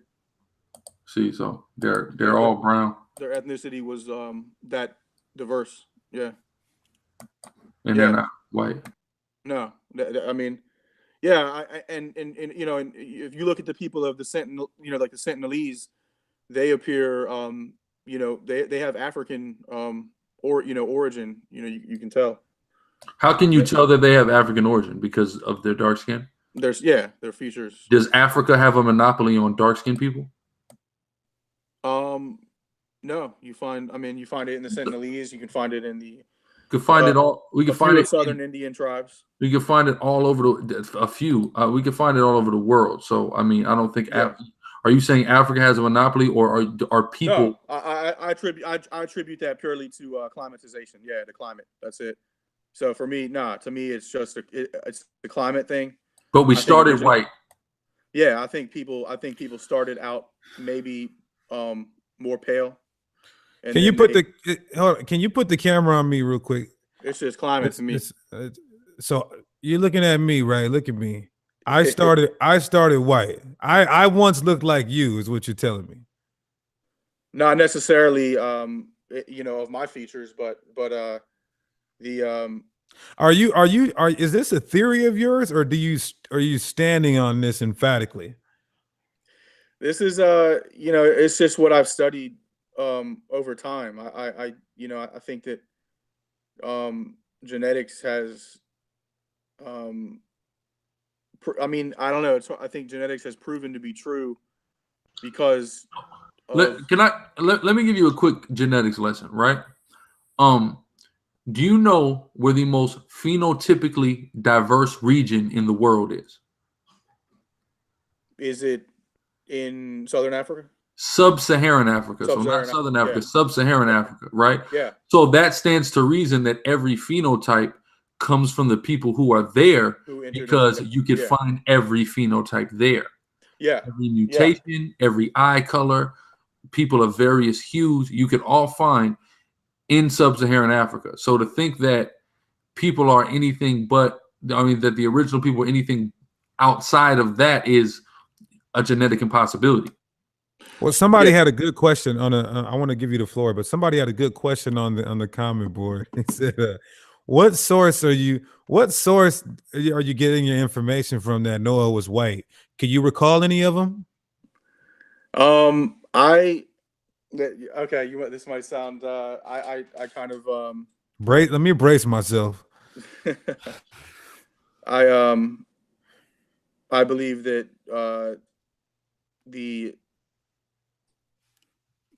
what I saw in a dream, I believe that Noah was The white. great white man in his dream. So you seen this in your dream and you lied and said you was doing from your research. That sounds like a nightmare. No, here's the specific information is the Homo erectus lived in Turkey. That's a fact. Mm-hmm. The Homo erectus lived in the area of Ararat. True. But do you know why the Homo erectus lived there? I believe that they were, because you had white people who were inbreeding, and it created people who had genetic mutations that made them slightly hunchback. And that's what they discovered when they found those remains. And they called it Homo erectus. All it is an inbred white boy. That's all that is. That's not like an actual thing that exists, because you can't find, if this evolutionary thing is true, there would be transitionary fossils. There's not that. You just got a hunchback Notre Dame white boy. And they're talking about that's Homo erectus. The erectus was tall. The erectus was the Homo erectus was tall. Yes, but he wasn't fully fairly upright. stocky. He wasn't fully upright though, right or wrong? I believe it was the first upright species. No, he's upright, but I said fully upright, properly upright. I don't think because so. that's Homo sapien. Homo sapien sapien is fully upright.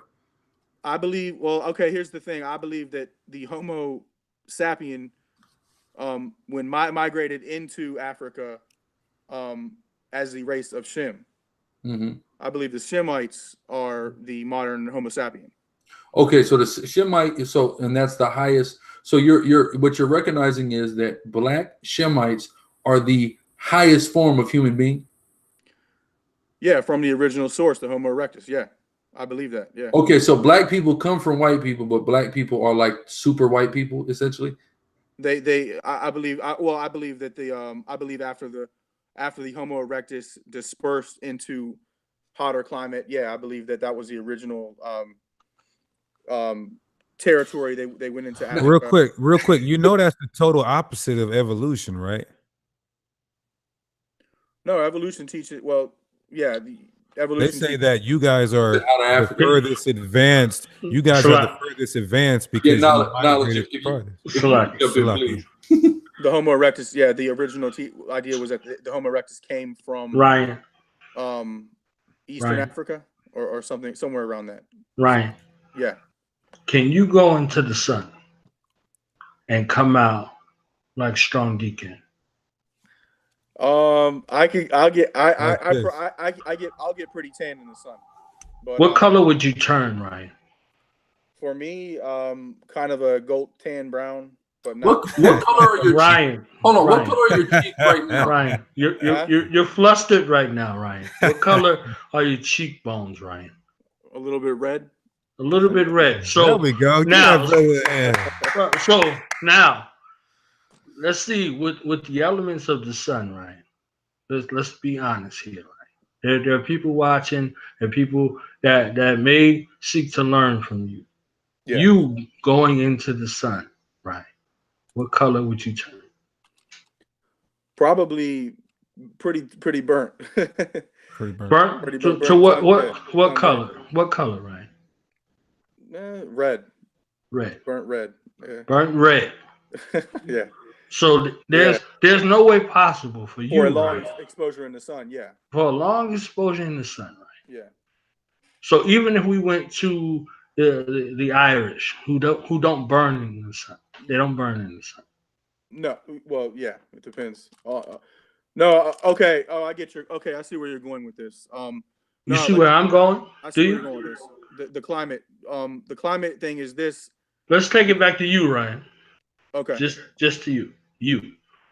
You said immediately after some stumbling and a little fumbling that there's no way possible for you to go into the sun and turn into strong deacon right here.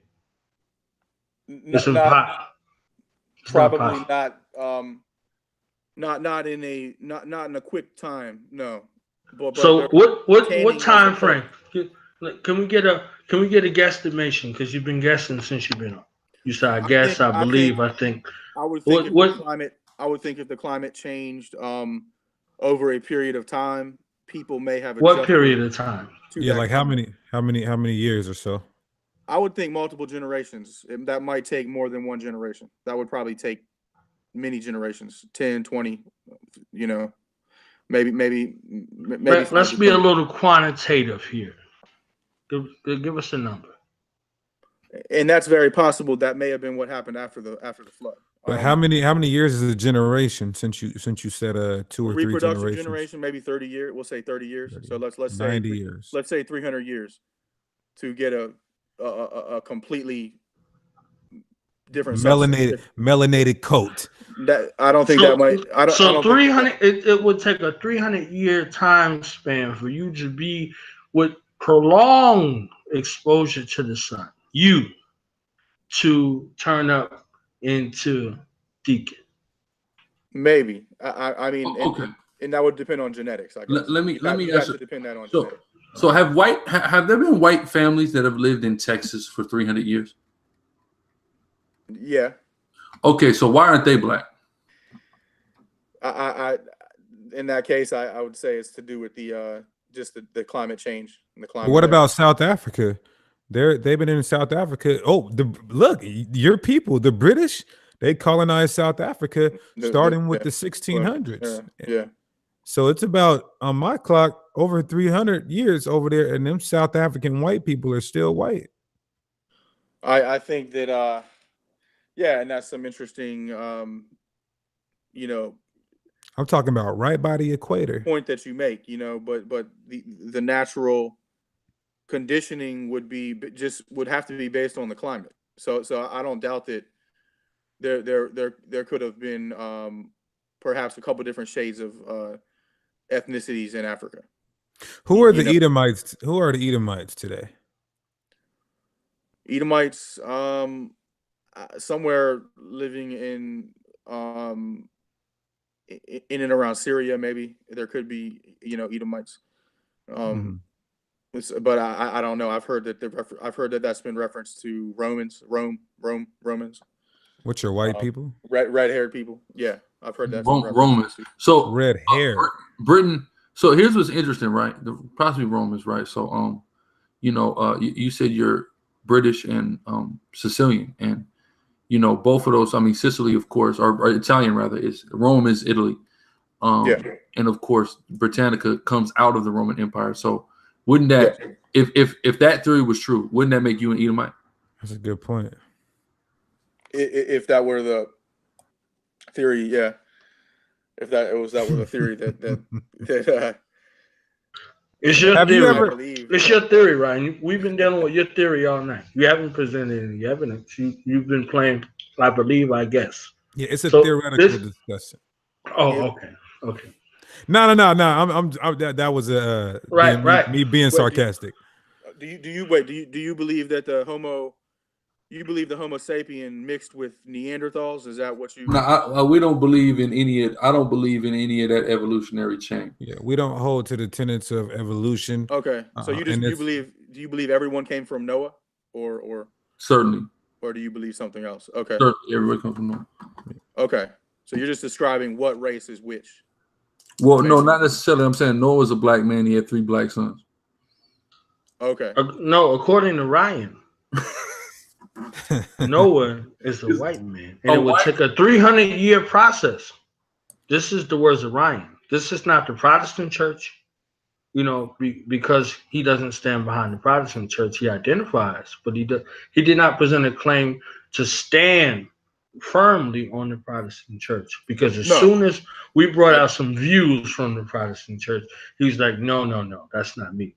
So this is Ryan purporting to represent Ryan. He's coming in the name of himself.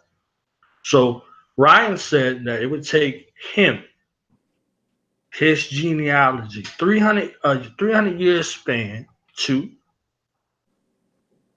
turn into deacon.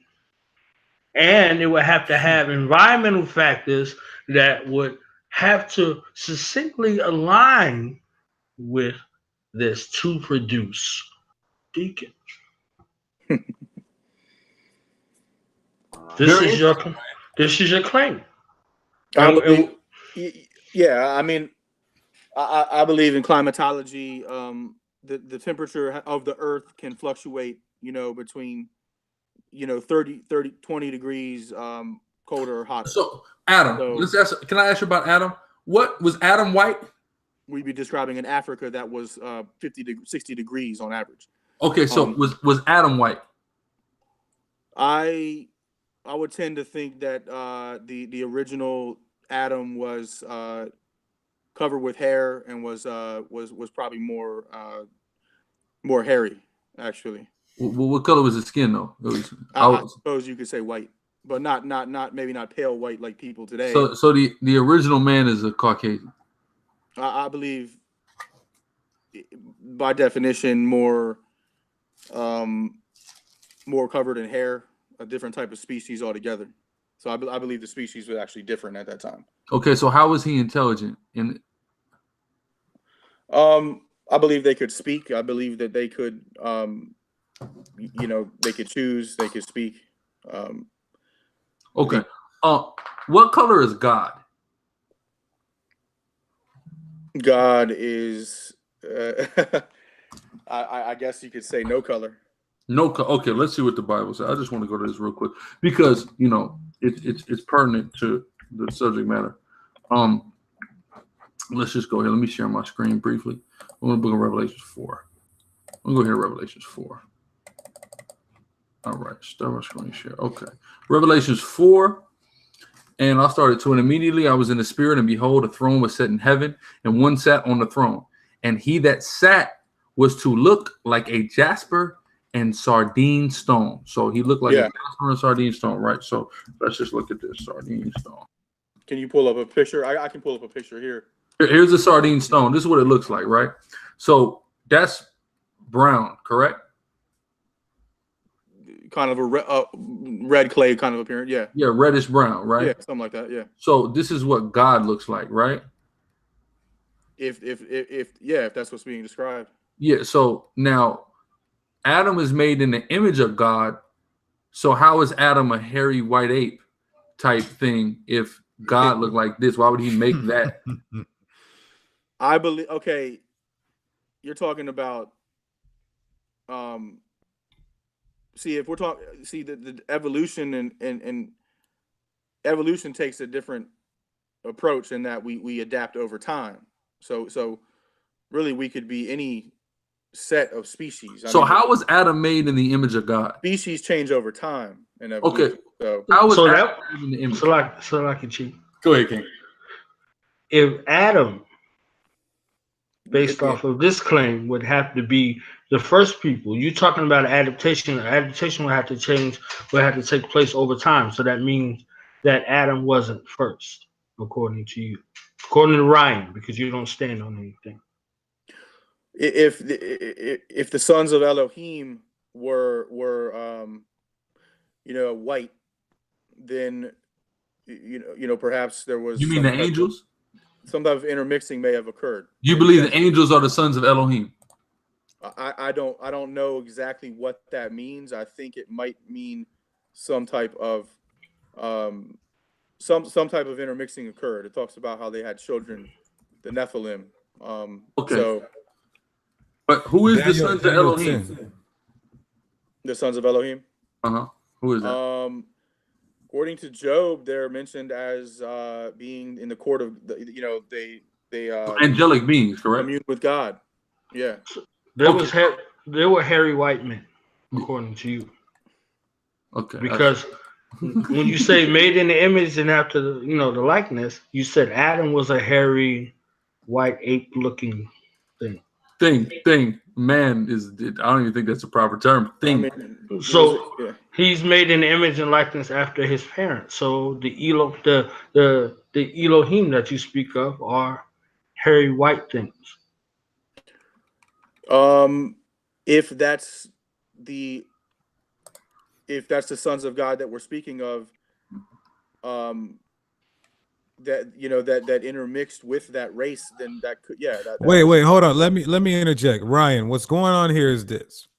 You said that Adam was a white, hairy, not fully upright being. He was made in the image and likeness of the Elohim. Mhm. So that means the Elohim are white, hairy, not upright beings. Beasts, creatures. Right? Let's just let your yay be yay and your nay be nay. Either you're gonna recognize right now that's a flawed theology, or you're gonna stand on it. And what you gonna do? I don't know. I mean, all we have is the Bible, so we don't know every detail of the text. You know the Bible describes what the angels look like, right? Not entirely. I've heard some different. There's a lot of different. There's cherubs. There's Well, let's read it. There's sons of Elohim as well. Let's read it. This is Ezekiel 40, and it says, "And he brought me hither, and behold, there was a man whose appearance was like the appearance of brass, with a line of flax in his hand and a measuring reed, and stood in the gate." So this is an encounter with an angel that Ezekiel has. So the word for brass is Strong's H5178. All right, nakashath, and it means copper, bronze. Yeah. Copper or bronze, right? Mm-hmm. So that doesn't sound like a hairy white ape thing. Let's go to another one. Matter of fact, Daniel 10, 5. Daniel 10 and 5, and it says, "Then I lifted up my eyes and looked, and behold, a certain man clothed in linen, whose loins were girded with the fine gold of Uphaz.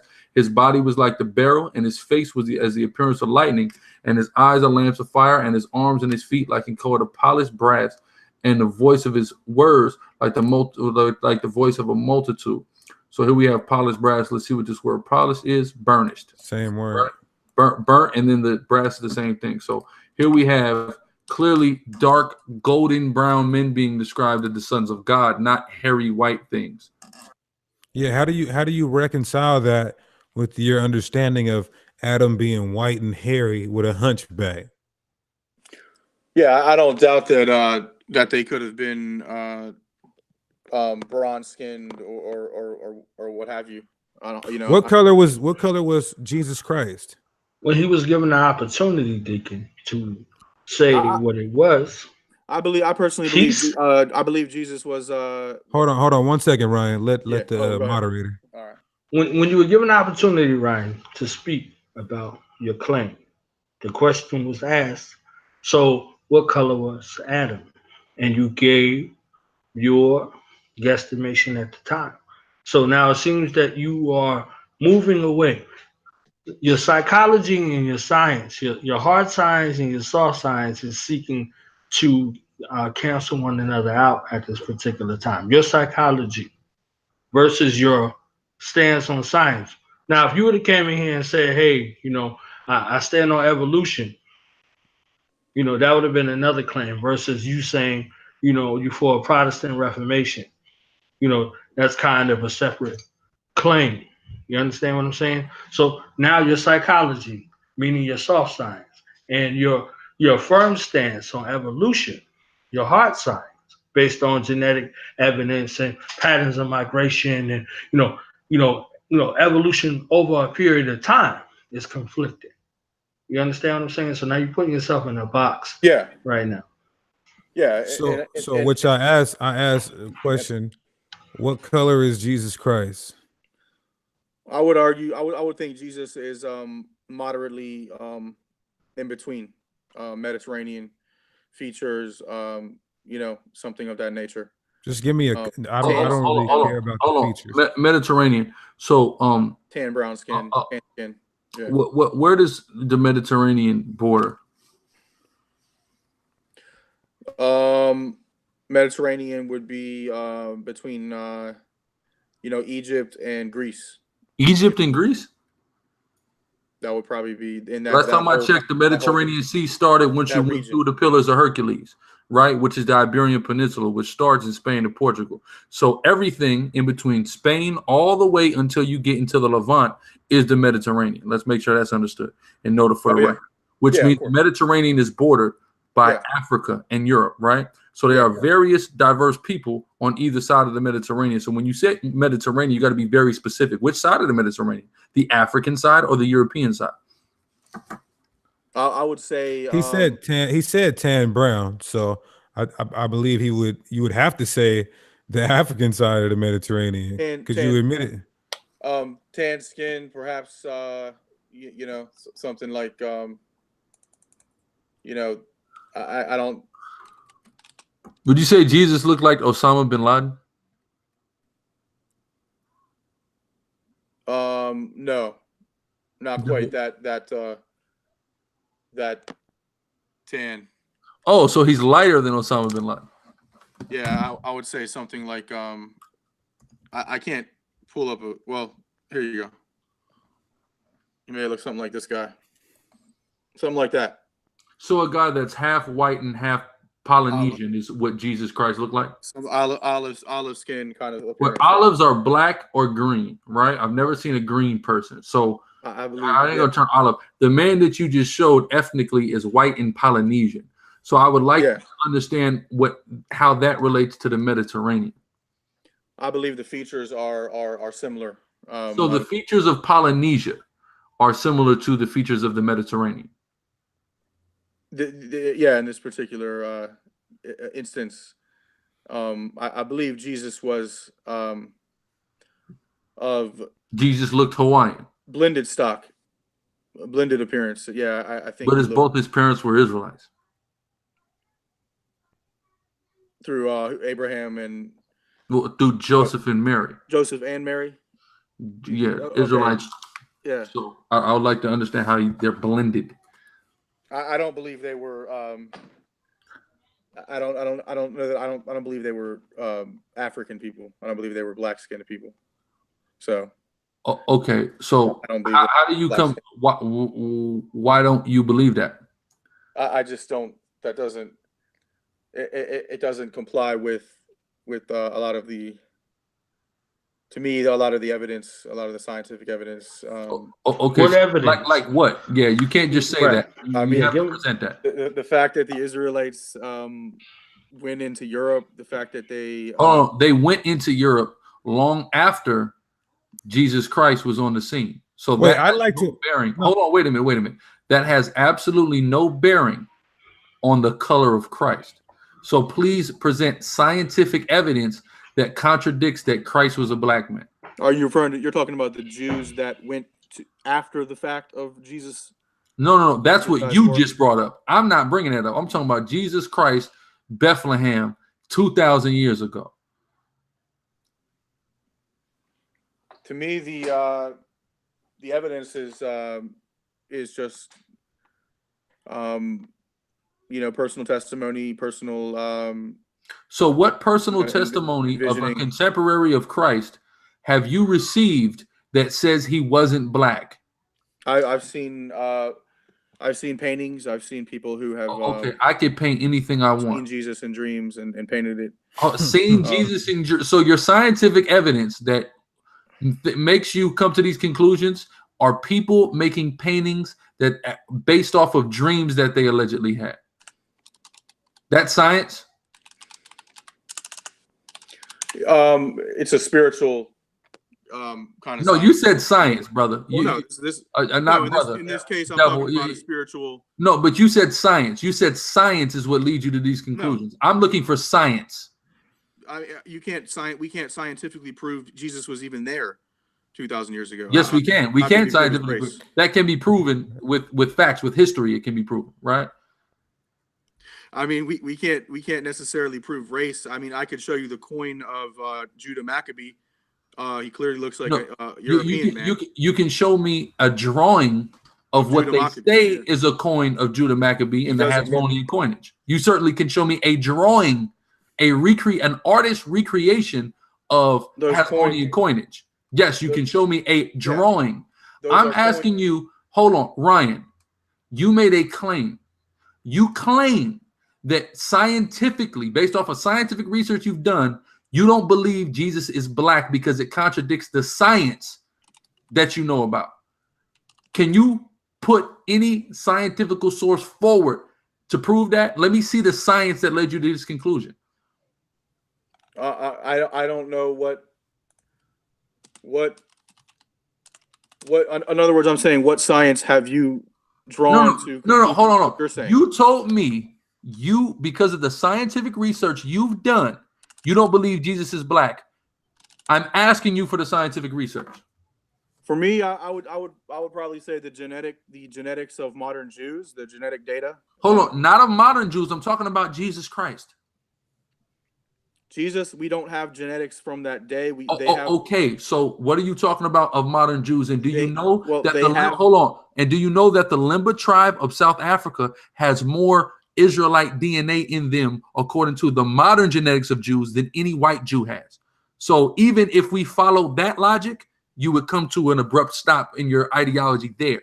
But I'm asking you what science has led you to believe this. Please give me something. Well, they've exhumed they've exhumed bodies from that time period.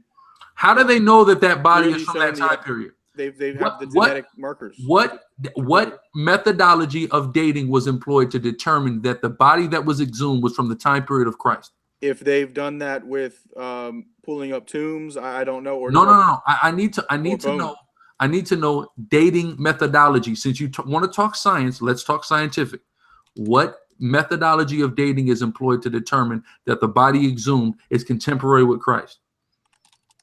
I haven't read the articles. And I thought you studied science, man. I don't read these articles every day. Do you believe in the Shroud of Turin? I have read an article that does show a picture of a Palestinian from the first century. Okay, and I would need to know the dating system employed to determine that. I'm trying to. Because anyone could say anything. Do you believe in the Shroud of Turin? If he can't answer this, the Shroud of Turin, that's a tough one. It's possible. I wouldn't make it an article of faith. I mean, I don't know. You're witness, Deacon. Frankly. okay. I gotta ask you a question. Have you ever used or somebody close to you used the word nigger? No, not at all. Okay. Now that's born a law. As a resident lie detector, what do you have to say about that? So you laughed about it? No, for me, no. I believe all people are saved through Christ. So to me, there is. You believe that all people are saved by Christ, but when we start getting into phenotypical details, you referred it back to. You referred it back to a place where what you say and what you say isn't the same thing. Okay. All right. So you're what scientific evidence do you have of that? Are you saying first century Jews were black? Is that what you're saying? Yeah. Emphatically. Yeah. Okay. I'm about to the present it Romans to were you. white, and then you believe the first century Jews is that the main claim? Absolutely. Well, yeah. Did So are you. the Romans oppress first century Jews? Yeah. What did Okay. what did Okay. Italians call Sicilians? You're Italian. What did Italians see the smirk right there? It's already a dead giveaway. I don't know What they did what do Italians call Sicilians? mixed. Something They like call that. them what? Mixed. Mixed. Yeah. We're not even getting into a black and white situation. You understand? We're not getting into. We're looking at a dynamic that exists within a few spaces between one another. Sicilians and Italians. What kind of relationship and discord did they have throughout history? Probably not a good one. I mean, Did, not did a very, Italians ever call Sicilians niggers? it could be possible. See, look, then we go into the I blank am- speculation. Then we go into the blank speculation. See, I actually see, am look, part Sicilian. look. There I'm were actually- two things that were presented right then just now. When you asked about black and white relations, you evaded. Now, the probability between someone who may appear to those who are not in that class or caste system between Italians and Sicilians might look at everybody from the same shade outwardly. You acknowledge that there's a fact that a prejudice might exist. So if you're looking at Ethnically, Italians versus Sicilians, you see the Sicilians as a darker hue, if we could use that word. So genetically, Yeah, Your- Southern Italians. Yeah. right, Yeah, I'd say, yeah, I'd agree with you on that. Yeah. right. Yeah. Okay, Yeah. so now, Yeah. now I've got family. Yeah, that's. you got family. That's Yeah. what. But See, so now these are precursory terms that exist amongst your ethnic group in terms of classification right. that you may seek to deny outwardly outside for your own protection and also to appear as if these things don't exist. This is what we're dealing with, right? This is where the conflict comes in. So you could say that Italians could call, it's possible that Italians could call Sicilians niggers, but you could not concede to where the deacon was, or Chief was saying that Italians, you wouldn't be in the company of people or generations of people or connected to people or ever been in the company of people that will refer to black people as niggas. It's hardly proof of sincerity. We're dealing in sincerity here. Just as Deacon and Chief said, hey, you know, you dealing with some extremists over here. So No, in no, my mind, we're dealing in the realm in the space of extreme. You understand what I'm saying? There's no sense where, you know, we'll look at you any other different than any other devil or any other ape that came amongst us that tried to prove a case otherwise. You understand? Right. So I'm gonna ask him again. Concerning the word nigger, this is a word that you've never uttered before. Is this true?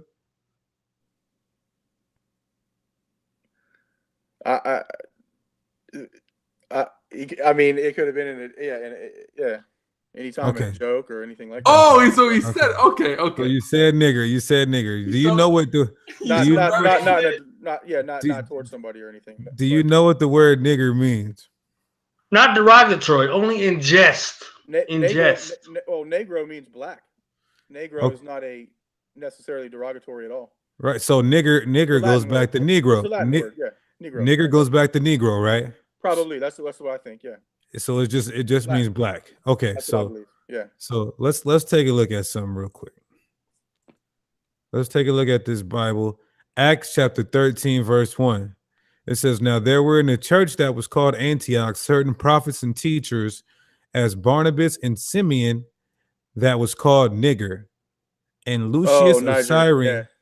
No, not Niger, nigger. Huh.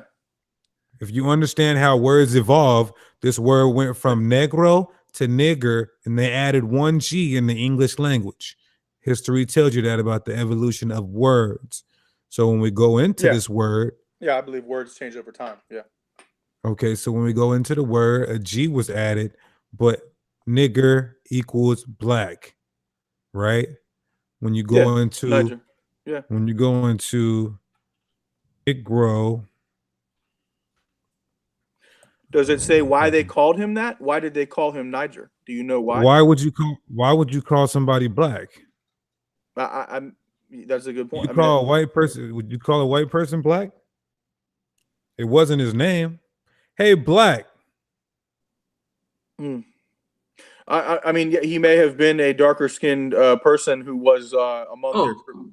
darker skin. Let's hold on real quick. While you doing that, let me If- just show I don't this think in he the. was using a derogatory way at all. Well, we're not saying it was derogatory. We're saying it's Okay. used as a descriptor. Okay. Now, Okay, as we can say here in the New Living Translation, it says, Yeah. among the prophets and teachers at the church of Antioch of Syria were Barnabas, Simeon, called the black man. That's why he was called, but he's the black man. He's the black man. Yeah. And that's Simeon. Simeon, yes, sir. Wow. Israelite. A Okay. prophet. First century Jew. Yeah, no, I have no discrepancy with that. I mean, yeah, I think there could have been, there could have been different mixes of people at that time. Yeah. Different No, mixtures. Different mixes, Yeah, but they look like this half Hawaiian guy, but they're different mixtures.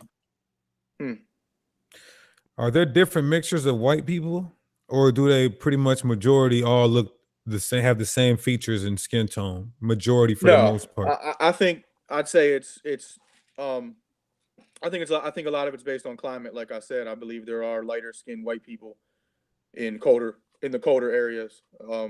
I believe there's darker skinned black folks in maybe near the hotter climate. So what's going on is I think it this. partly is due to climate. Here's what's going on. The brother showed you a description of the Most High. He showed you a description of the sons of Elohim. He showed you what about the Egyptians? What color would they be during the first century? I haven't seen paintings from the first century. I do know that many of the Egyptians were, as you would say, brown skin, your color. Okay. Yeah. I wouldn't deny that at all. Yeah. You know, in the Bible, There was a time period. Yeah. in the Bible, Paul was mistaken or called an Egyptian. I've heard that before. Yeah. So how do you reconcile that with pretty much everything that the Bible says is good and holy being white? I don't. Do you see that the Seleucids, were Seleucids. after Alexander? Are you saying that Alexander was the one that brought white genetics? Is that what you believe? No, not even close. From the empire? No. Which brings me to my next question. You admitted that you were pretty much a red man. Do you know about the progenitor of the red people? If you've been studying a little bit of Hebrew Israelism, you know where I'm going. About Edom? Yeah, Edom. The one Edom. who, okay, I follow you. The one who Edom didn't enter into Egypt. Huh? Edom, No. Edom remained in the land where Abraham lived. The Edomites. Esau. Okay. No, they didn't remain in the land where Abraham lived. They remained in the land of the Horites in caves. The Horites is not where Abraham lived. Esau. Okay. Yeah. So Esau, he came out red.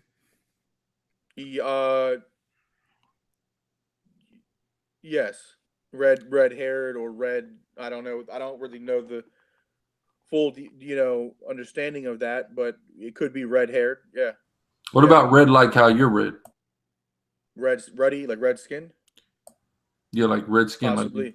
Red could also be seen as red is the word for Edom or Adam, which means clay.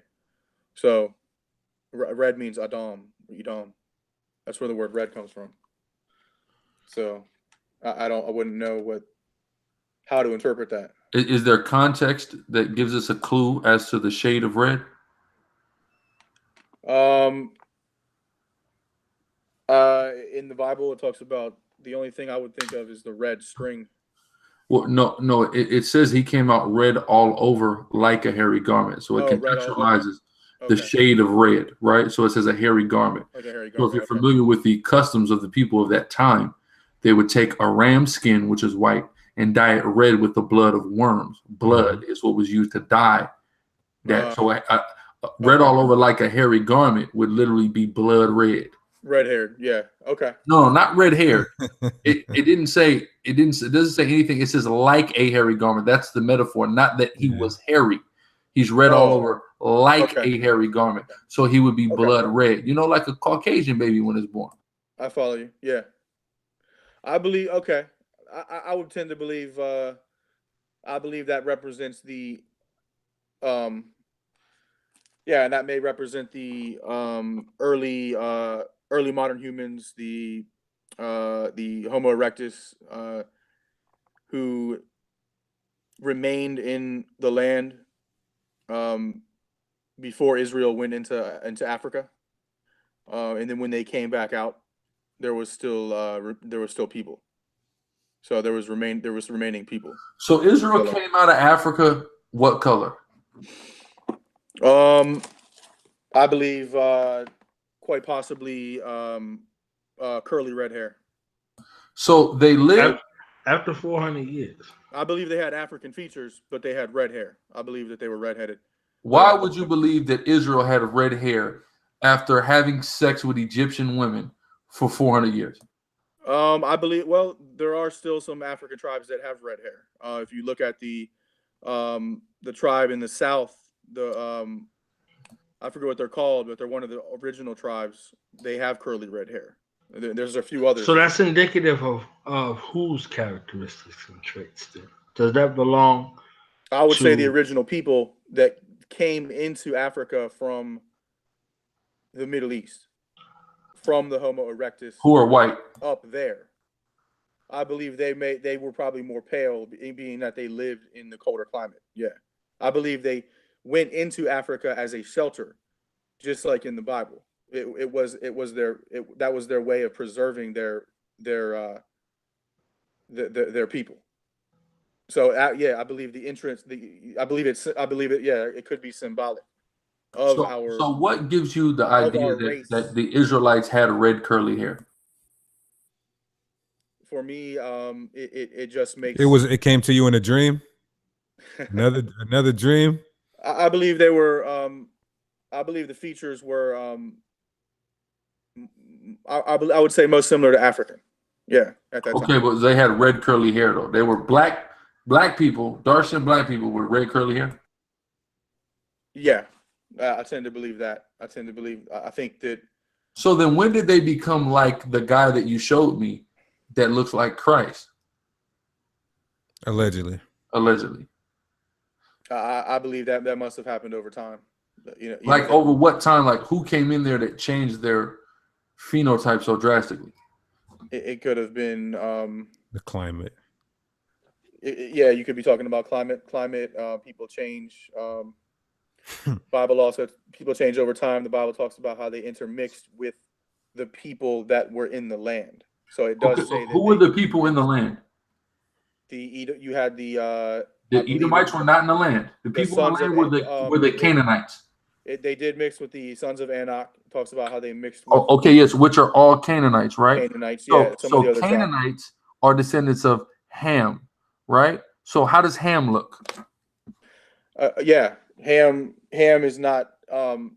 Again, I believe that Noah's 3 children lived in one region for a long time. How do the Hamites look? Can you just cut to the chase here? I believe Egyptians, Ethiopians. How do Egyptians and Ethiopians look? No, I believe they look the same. I believe they intermixed later. Okay, so Hamites we know for a fact Ethiopians are Hamites, right? And we know Canaanites are Hamites. So how did the Canaanites look? If the Ethiopians look how they look, how do the Canaanites look? I mean, I can prove to you that Hittites were red-haired people. The Hittites were from the sons of Ham. I mean, I can show we're not talking about red hair. We're talking about were they black people? The Hittites had curly red hair. We're not talking about hair. We're talking about were they black. Well, their skin is shown as being white. Yeah. So the Hittites are white, curly-haired, Irish Jewish hybrid-looking Hamites. That's what the depictions show of the Hittites. Yeah, the Hittites were seafarers. They were phenotypically white. I mean, yeah. I mean, that's in the Bible. In the Bible? The Hittites are mentioned in the Bible. Yeah. No, but I'm saying that them being white is in the Bible. No, but they're from the sons of Ham and they're white. That's my question. All right. So but you just hold on. Let me do this. I can't even take the level of madness I'm hearing. For the record, this is from the walls of Egypt, and this is when the Egyptians went to war with the Hittites. These are the Hittites right here. These black people with red hair, like you said, but they're blacker than even the Egyptians. These are the Hittites. They're not white. Just so you know. Okay. Mind you, Ryan, you mentioned something. You said, I asked you who was Ham. You said Ham would look like me. Now you're saying Ham is white. No, I believe that the Hamites, I believe Shem, Ham, and Japheth were all one race at one time. You said Ham looked like me. That's what you said. I believe that was after when the Bible says that we all lived together in Babylon, in that area, in the Fertile Crescent. We were all one basic racial type. Now I believe when we were spread out, the Bible talks about how we got spread out. That's when we took on, I believe, different. So types. Over time, Ham started turning white, is what you're saying. Or some Hamites stayed in one area, and some Hamites went into Afghanistan or India or Africa. So I'm saying that I believe that they diversified. Okay, so let's transcend or transition rather to the last topic. I know it's probably late for everybody, but what makes you think that you can receive salvation when the Bible says that salvation is only for Israelites? I think Paul makes it. I mean, I think Paul makes it clear from the writings, from the letters, that he was definitely speaking to the Gentiles, to all people. To all people. The invitation of salvation to all people. That's pretty clear in the Bible. Can you demonstrate it with a couple of precepts? It's just so, it's been engrounded in history for so long. I mean, we've had 2,000 years of these debates. And the first debate was the Council of Jamnia, allowing, as you might know, Jews allowing Gentiles to become converts. Ryan, he's asking you for evidence in the Bible. You're dealing with people who live according to the book he just held up. He's asking you for biblical evidence. In the letters? Yes, in the letters, as you call it. Wherever you want to go. There's tons of evidence in the Bible. Philippians. Okay. Philippians where? Let's go someplace for a point of clarity. Come on. Advance of the gospel. Actually resulted in the advancement of what has become known throughout the whole imperial guard, and to everyone else that my imprisonment is for Christ. Most of my brothers in the Lord have gained confidence for my. Where are you reading from? Right. Philippians 1:12. 1:12. Okay.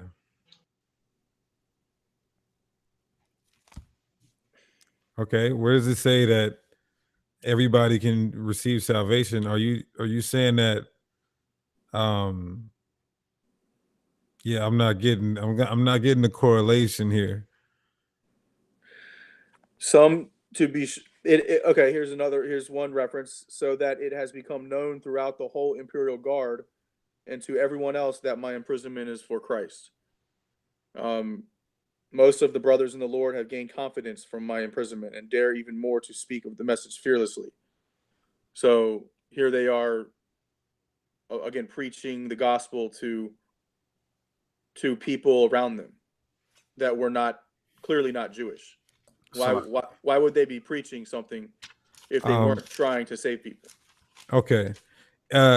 Alizar, you had some? If not, I'm a No, this is Assad. I just wanted Ryan, our good friend Ryan, to prove that those people weren't Israelites. yeah. Can you prove the Philippians weren't Israelites or Jewish rather? Because I know that's a colloquial term for Israelites. I mean, I can't. I wasn't there. I can't prove anything. I mean, technically, we can't prove anything outside of the text right here, the source text. I mean, Well, I can So- prove to you that every church Paul wrote to were actually Jewish. Yeah, we're considered Jewish. Yeah. Yeah. No, and that's ethnic yeah, Jews. that was the earliest dispute. I mean, about circumcision, and do you have to be Jewish to be saved? I think that was one of the Well, give first- him the opportunity to bring councils. that out then, Ryan. Okay. If you made a claim, he's making a counter claim. Give him an opportunity to present his claim. You went to Philippians. He needs an opportunity to present his claim. Okay, for example, Ryan, can you turn with me to Romans chapter 4 and verse 1? Who are the Romans? The church that was at Rome. Who were these people? The church at Rome. They were probably mostly Jews. There were Mostly- also God-fearers. There were people who did worship God, who were known to not be Jewish. So how do we distinguish when Paul is writing to Jews or non-Jews? Where's the distinction? Where's the separation? Where's the change in context within the writings of the book of Romans?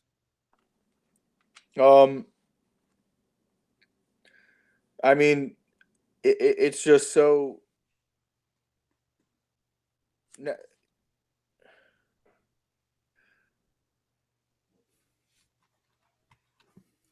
The blind light to the darkness, and instructor of the ignorant and teacher of the immature. Having you then who teach another, do you teach yourself? You who preach, you must not steal. Do you steal? You who say you must not commit adultery, do you commit adultery?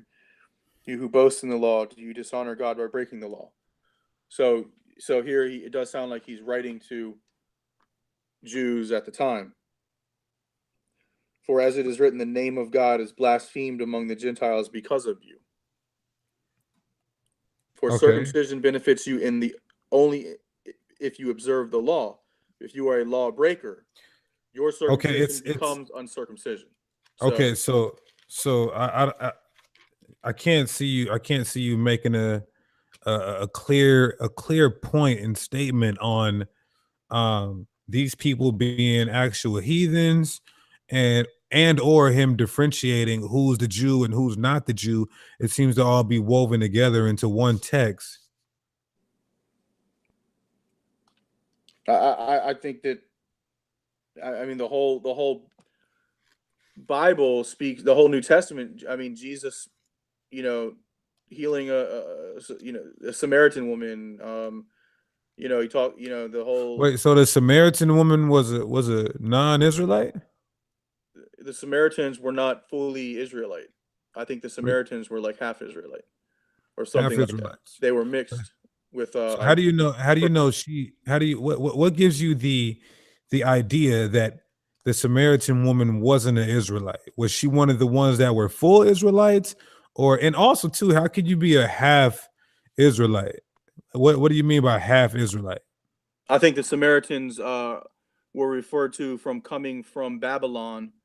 When they returned, they were people who had mixed with the Persians, with the Persians. Babylonians. So the Samaritans came from that time. Okay, first off, Babylonians are not Persians. So what do you?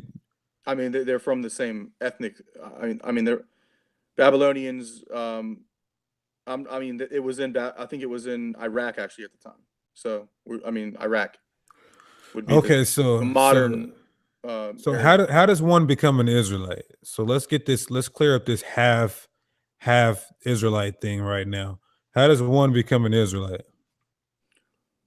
I mean, it looks like you have to be born into the circumcision, into the law.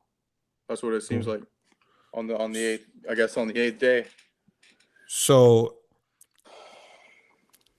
an Asian person can be born and circumcised on the 8th day and he's no longer Asian, he's an Israelite? I guess that would be someone Retarded. converting to the religion. I don't know that they would be directly descended. Wait, an Israelite is a religion? I know that the faith was kept among the people of Israel, but they also had people that were part of their community that were not Israelites. Can you show me? Isn't that mentioned in the Exodus when it says they had a multitude of people? They had a mixed multitude that weren't multitude of people. Yeah, they were amongst them, but they weren't called Israelites. They weren't Israelites. No.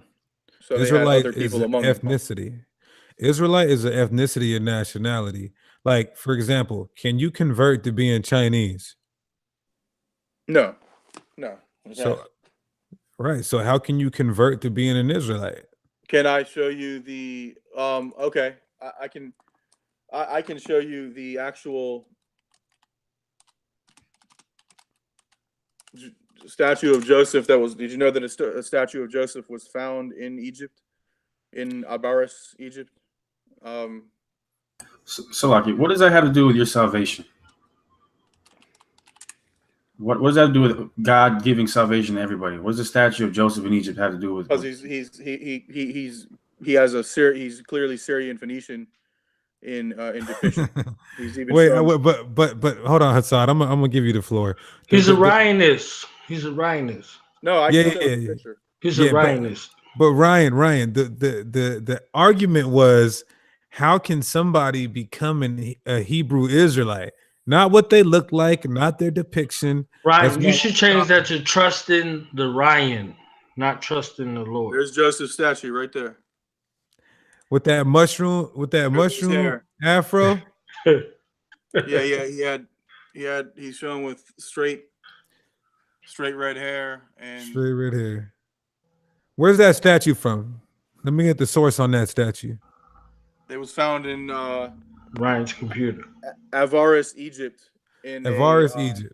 In a city that it was found in a building that had 12 other buildings around it. Okay. It was a compound that was built during the time of one of the pharaohs, and it was built for a man who was from Syria, who had 12 brothers. They found 12 other tombs by it. So it would have to be Joseph. There's no other explanation. Okay, I'm gonna look it up right now because you don't sound sure. Hassan, fact check that. What's it called again? What's the name of that statue? Because you're seeming like you're inferring that that's Jacob. You said it would have to be. You're assuming it's Joseph. It would be Joseph. And during the Exodus, they actually removed the bones of from his tomb. Okay, but what's the name of the statue? Oh, it's called I'm trying to find the actual location it's in. You can look it up on the burial chamber of Joseph. And Avaris was right next to it was right next to Ramses. Okay, under Ramses Castle. Okay, we'll fact check that. Yet and still, you kind of negated and strayed away from proving or even answering my question. So now I'm gonna ask you this last question, Hassan. Then you got the floor, so we could kind of let it transition into that. What should happen to your people for putting my people in slavery? What should happen to your people? Do you believe in justice? In terms of slavery has happened in Africa among multiple different groups of people. Ryan, my question was, Islam is what should happen to your people for putting my people in captivity? Not in terms of what the Africans or Islamic do. Right. What should happen to the British people or the colonial people, and just the so-called European people collectively, because they all had a hand in the transatlantic slave trade? Right. So what should happen to them if you're a man of justice? And is God a man of justice?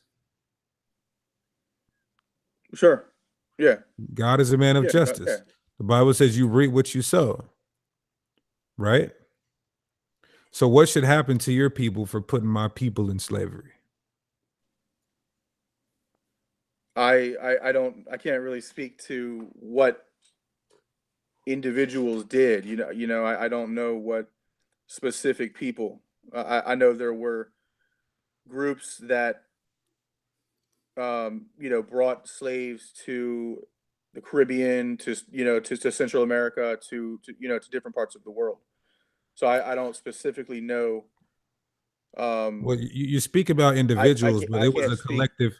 It was a collective effort. It wasn't just individuals. It was collective effort by the English, the 13 colonies, the British, the Spanish, Right. It was multiple different the French, colonial groups. the Dutch.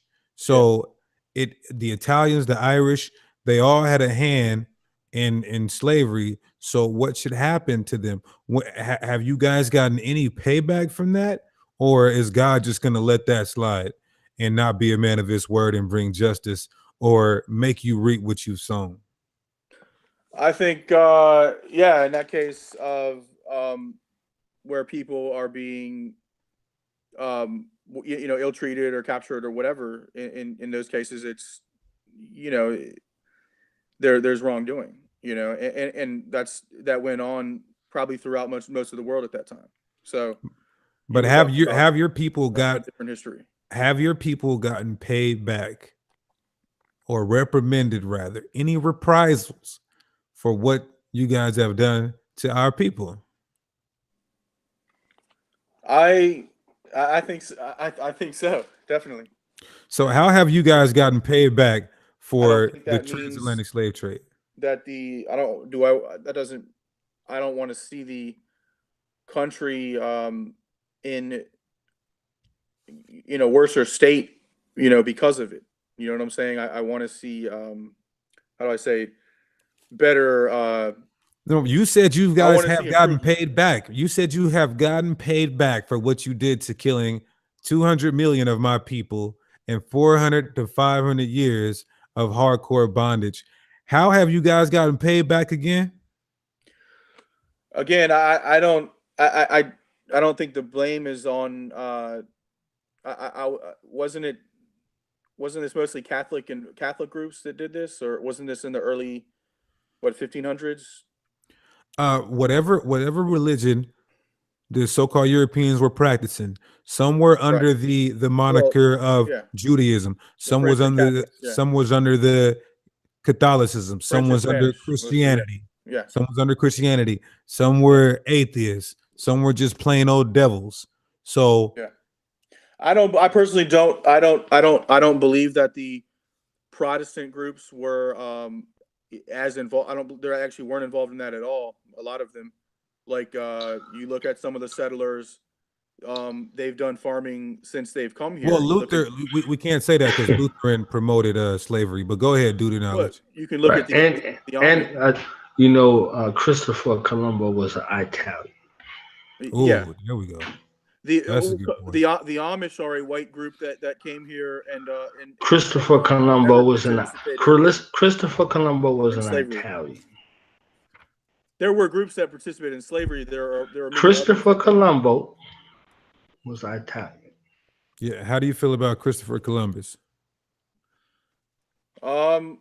As an I mean I think it was I think exploring the world was to go into that. That's kind of it's a tough it's a lot to get into, but I do believe that they were trying to explore the world to bring God to the rest of the world. Now, I'm sure bad things happened on that process. So I'm Did not they denying- accomplish that? Nah, wait, hold on. It's your brother Chief Priest. I was on way get a grill. He brought back real quick. You said settlers, right? Let's look at what a settler is. Let's get the definition of a settler. Right, no doubt. They settled in South America and brought They You know, said they Catholicism- settled, right?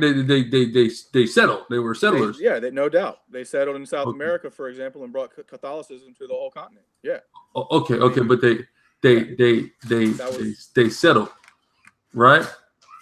Yeah. Okay, all right. Yeah. The Spanish have settled in, you know, Let's take a look at what settler means probably for every the record, country.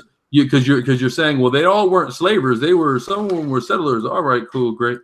Sounds good. A settler is a person who migrated to an area and established a permanent residence there, often to colonize the area. Settlers are generally from a sedentary culture, as opposed to nomads who share and rotate the lands, whatever. So we want to look here. It says one can witness, however, settlers very often occupied land previously residents to long-established peoples, designated as indigenous. In some cases, as colonist mentalities and laws change, the legal ownership of some lands is contested by indigenous people who either claim or seek restoration of traditional usage, land rights, native title, and related forms of legal ownership or partial control, right? So when we deal with what a settler is literally somebody who comes to some place he doesn't belong and begins to live there and push out the people who do belong there. That's what a settler is. So what in the hell makes a settler better than a slave master? Right. So you're talking about, okay, the colonial settlements. Yeah, I believe that there was some need to bring, you know, they also brought, you know, certain advancements, you know, mathematics, you know, etc. Hold on. So are you saying Native Americans didn't know mathematics? I think there was a push to bring, you know, European culture, European civilization. Yeah. Yeah. Okay, so there was a push to further European culture and civilization, and that's okay. I think it's part of a prophetic history. Again, America, the French and Spanish owned most of the land. Is it okay that European people came to a place where people minded their business and forced their culture on them? I think that runs into some no, it's a black and white question. It's black and white, man. difficult territory. Well, okay, well Is it okay? The Great Commission is to bring the gospel to every nation. No, it wasn't bringing the gospel, right? If it's just about a religion, I can believe anything and still have my culture, right? But coming to a place apart from the sin, yeah. Okay. So what great sin were the natives committing that the British weren't? There were the natives did have some practices that were considered, you know. Did the British violent or whatever? Did the British violent? You killed 100 million of them, and you're gonna talk about violence? Right. I only live. I need you to give me a black and white answer. Is it okay for white people to go around the world and force people into their culture? I do think it's a part of prophecy. I think it's part of the. It is a part of prophecy, but I said, is it okay? Again, that was the thought at the time. Now I can't speak. Obviously, I'm asking you, is it okay for, in your opinion, right now? It created the modern world as it is. I can't go back and say no. That ain't what I'm asking you, man. Can you, Ryan? Ryan, you gotta answer you gotta answer the question. I've never seen a white boy run so fast in my life. You have to stand on your goddamn square and especially answer with the a question. gut like that. Answer the question. Is it okay? Is it okay to further white supremacy? When you word it like that, that sounds derogatory. I don't want to word it like that. I mean, okay. So what is white supremacy? You just told me that the European way and the furtherance of it was better and than the indigenous way. That the white man had technological advances and a religious belief and a language and a culture that was better than the natives. So the natives needed to get this culture. Yeah, I believe it was an idea of kind of adopt and expand. So it's okay. Similar to like the Romans practiced in this. Yeah, the Romans would spread their culture that way. So it's okay. It's it is what it is. I mean, Is the world it is full okay? of groups and tribes that do that.